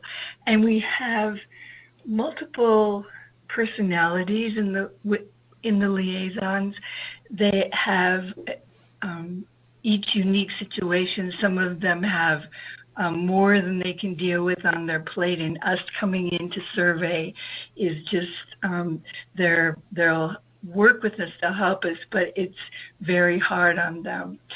And I say this because it's our role to go in and leave the smallest footprint as possible and be as supportive as possible to the liaison. We want to work with them and support them however we can so that we reach our goal. And that goal is, if we have identified 90 students in one school that we need to survey, our perfect day is to survey 90 students. And what our responsibility is to, as Diane has walked you through procedures and such, is to reconcile these 90 students. We will survey X number. We'll go in, we'll find out maybe 3 of those 90 students have graduated. We'll go in, we'll find out maybe 2 of them have dropped or moved, but we must reconcile every single 91. And if there's any way that we, and they're eligible to be surveyed, we're going to work with you, and you'll work with the liaison in a supportive way to survey those students. We may reach a point where it just cannot be done on site. You've done everything you possibly can and you've hit the end, and then we'll perhaps from Boulder, from SRM, will then try to reach out to the student in different ways. Perhaps continuing to work with you, perhaps not. But I can't emphasize enough how important surveying every single student is that is eligible to be surveyed. And I want you to know that we will work with you, brainstorming, going back and forth. You'll tell us, well, the student is this, the student is that, and the person you're working with here will brainstorm with you on how we're going to get that student. Or you'll tell us the liaison at the school is just not able to help us anymore. So we'll brainstorm with you to come up, is there another way that we can get this student? Is there another way we can do that? I don't want you to have the, to think that, oh, well, 2 students, they weren't here, we didn't get them, we won't survey them. That won't be, it may end up being that, but we'll do a lot of things before we get to that point. Are there any questions with that? I just had a quick question. So the GEARUP programs in the Everett School District, how long has the GEARUP grant been in place? Betsy, do you know in Everett? I'm not sure that we have that information. Sorry. No, I'm not sure either in Everett. And I know it's fairly recent in a lot of the sites we visited, but we might be able to dig in and get a little more information on that for you from the website. Yeah, I'm just kind of curious just Yeah. for my own Really information. pretty I have variable a across the question. 62. Mm-hmm.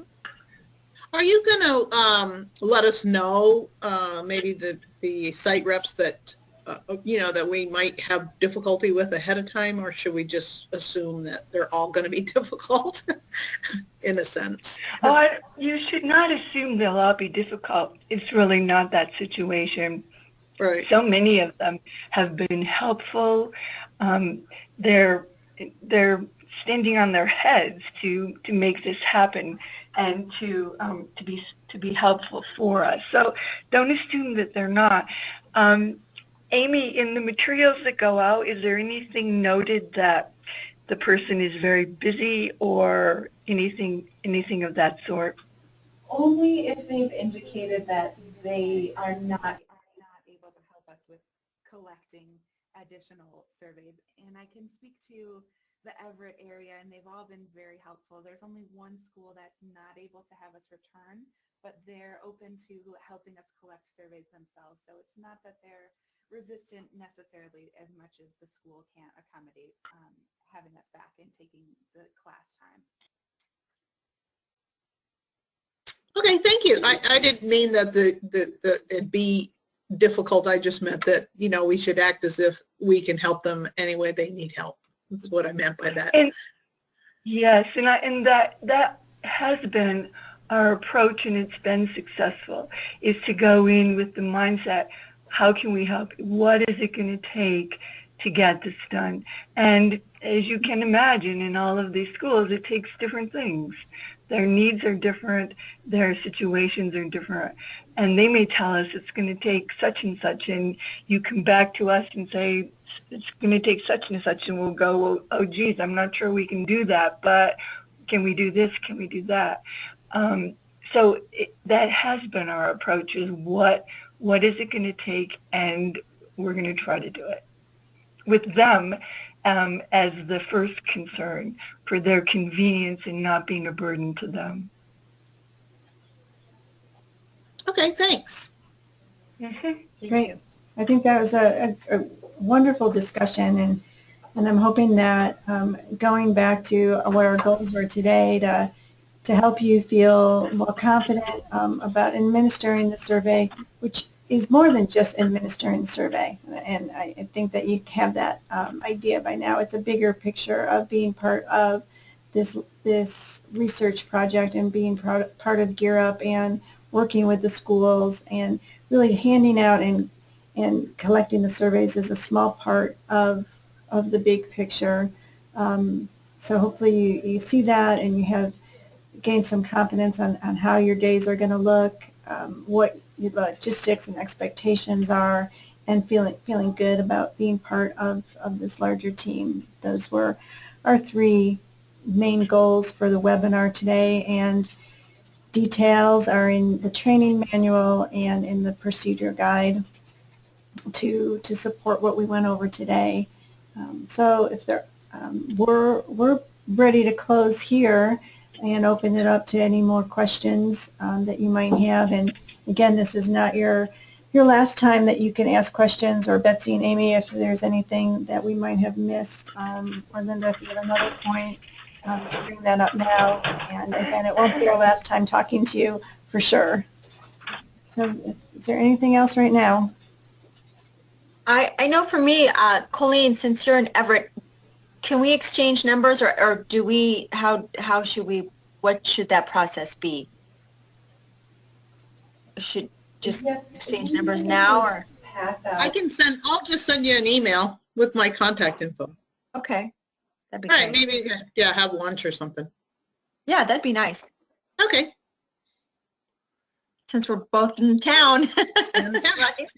So I have a question about the outlying areas of Everett. Are those schools not involved in GEARUP? Is that what's going on?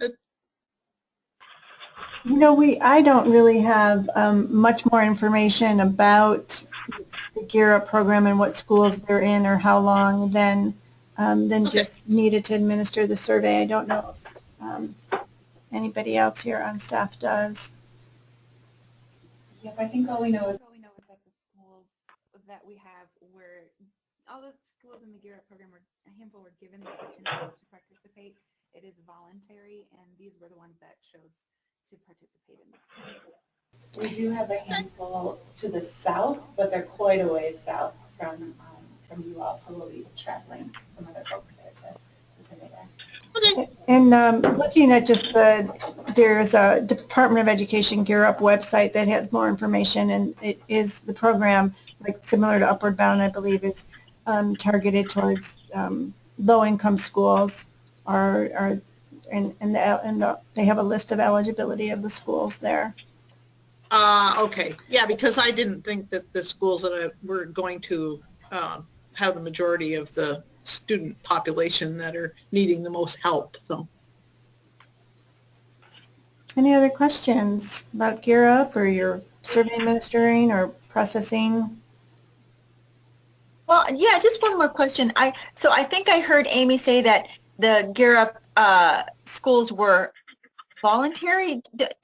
Don't they have to apply for a grant and get the grant? Is that how that works? I'm sorry, I meant participation in the study is voluntary. I can't hear that. I can't hear that. What? I said, I'm sorry if that was confusing. I meant participation in the study is voluntary. Oh, I see. Okay. Okay. Yep, so the study is independent of their grant status. I see. Okay. Oh, okay. I think Amy might be on mute, but we're picking her up very faintly through your mic, Diane. Okay, Yeah. so what Amy said is, yes, yes, you're correct about the grant, but the specific study, it's voluntary for them to participate in this I one see. small study of the evaluating the grant. So there actually might be more schools out there that have the grant but that are not participating in the survey. Absolutely, there absolutely are. Wow. Yep. Okay, that makes sense. Yep. So I look at this when I read the survey as a two-part thing. One is to collect data to see how effective the program has been, and the other is to get information so that they could do text messaging or receive text messaging if they would like to have that after they get to school or after they graduate. Yes, one of the incentives for the schools to do the survey and the students are they can then be eligible to receive text messaging advice for, it's kind of like text messaging that would say your financial aid is due on this day, have you filled it out? And it's kind of like having an ongoing advisor after they leave school of helping them apply for college and do what's needed or any post-secondary education. So those that aren't participating then will not have that opportunity to get text messaging? Those that are participating, and there's the last question on the survey says, do you want to be eligible? And then they give their email address. Oh, no, I meant the schools that aren't participating. So that student population will not be able to. At least as far as this through this avenue. We don't know if there's other avenues. Okay. Any other thoughts or questions? Well, great. Again, if you haven't already read stuff in your manual, probably very soon would be great while this is fresh in your mind. And I know you have a survey date fairly soon anyway. And then just give us a call or send us an email if you have some other thoughts or questions before you go out. And then we really look forward to working with you and having a successful administration in your area. So on that note, I will say thank you and close out. Thanks, guys. All right. Thank you, everybody. Thank you. Look forward to hearing from you, Colleen. Bye-bye. Okay. Bye-bye. Bye-bye.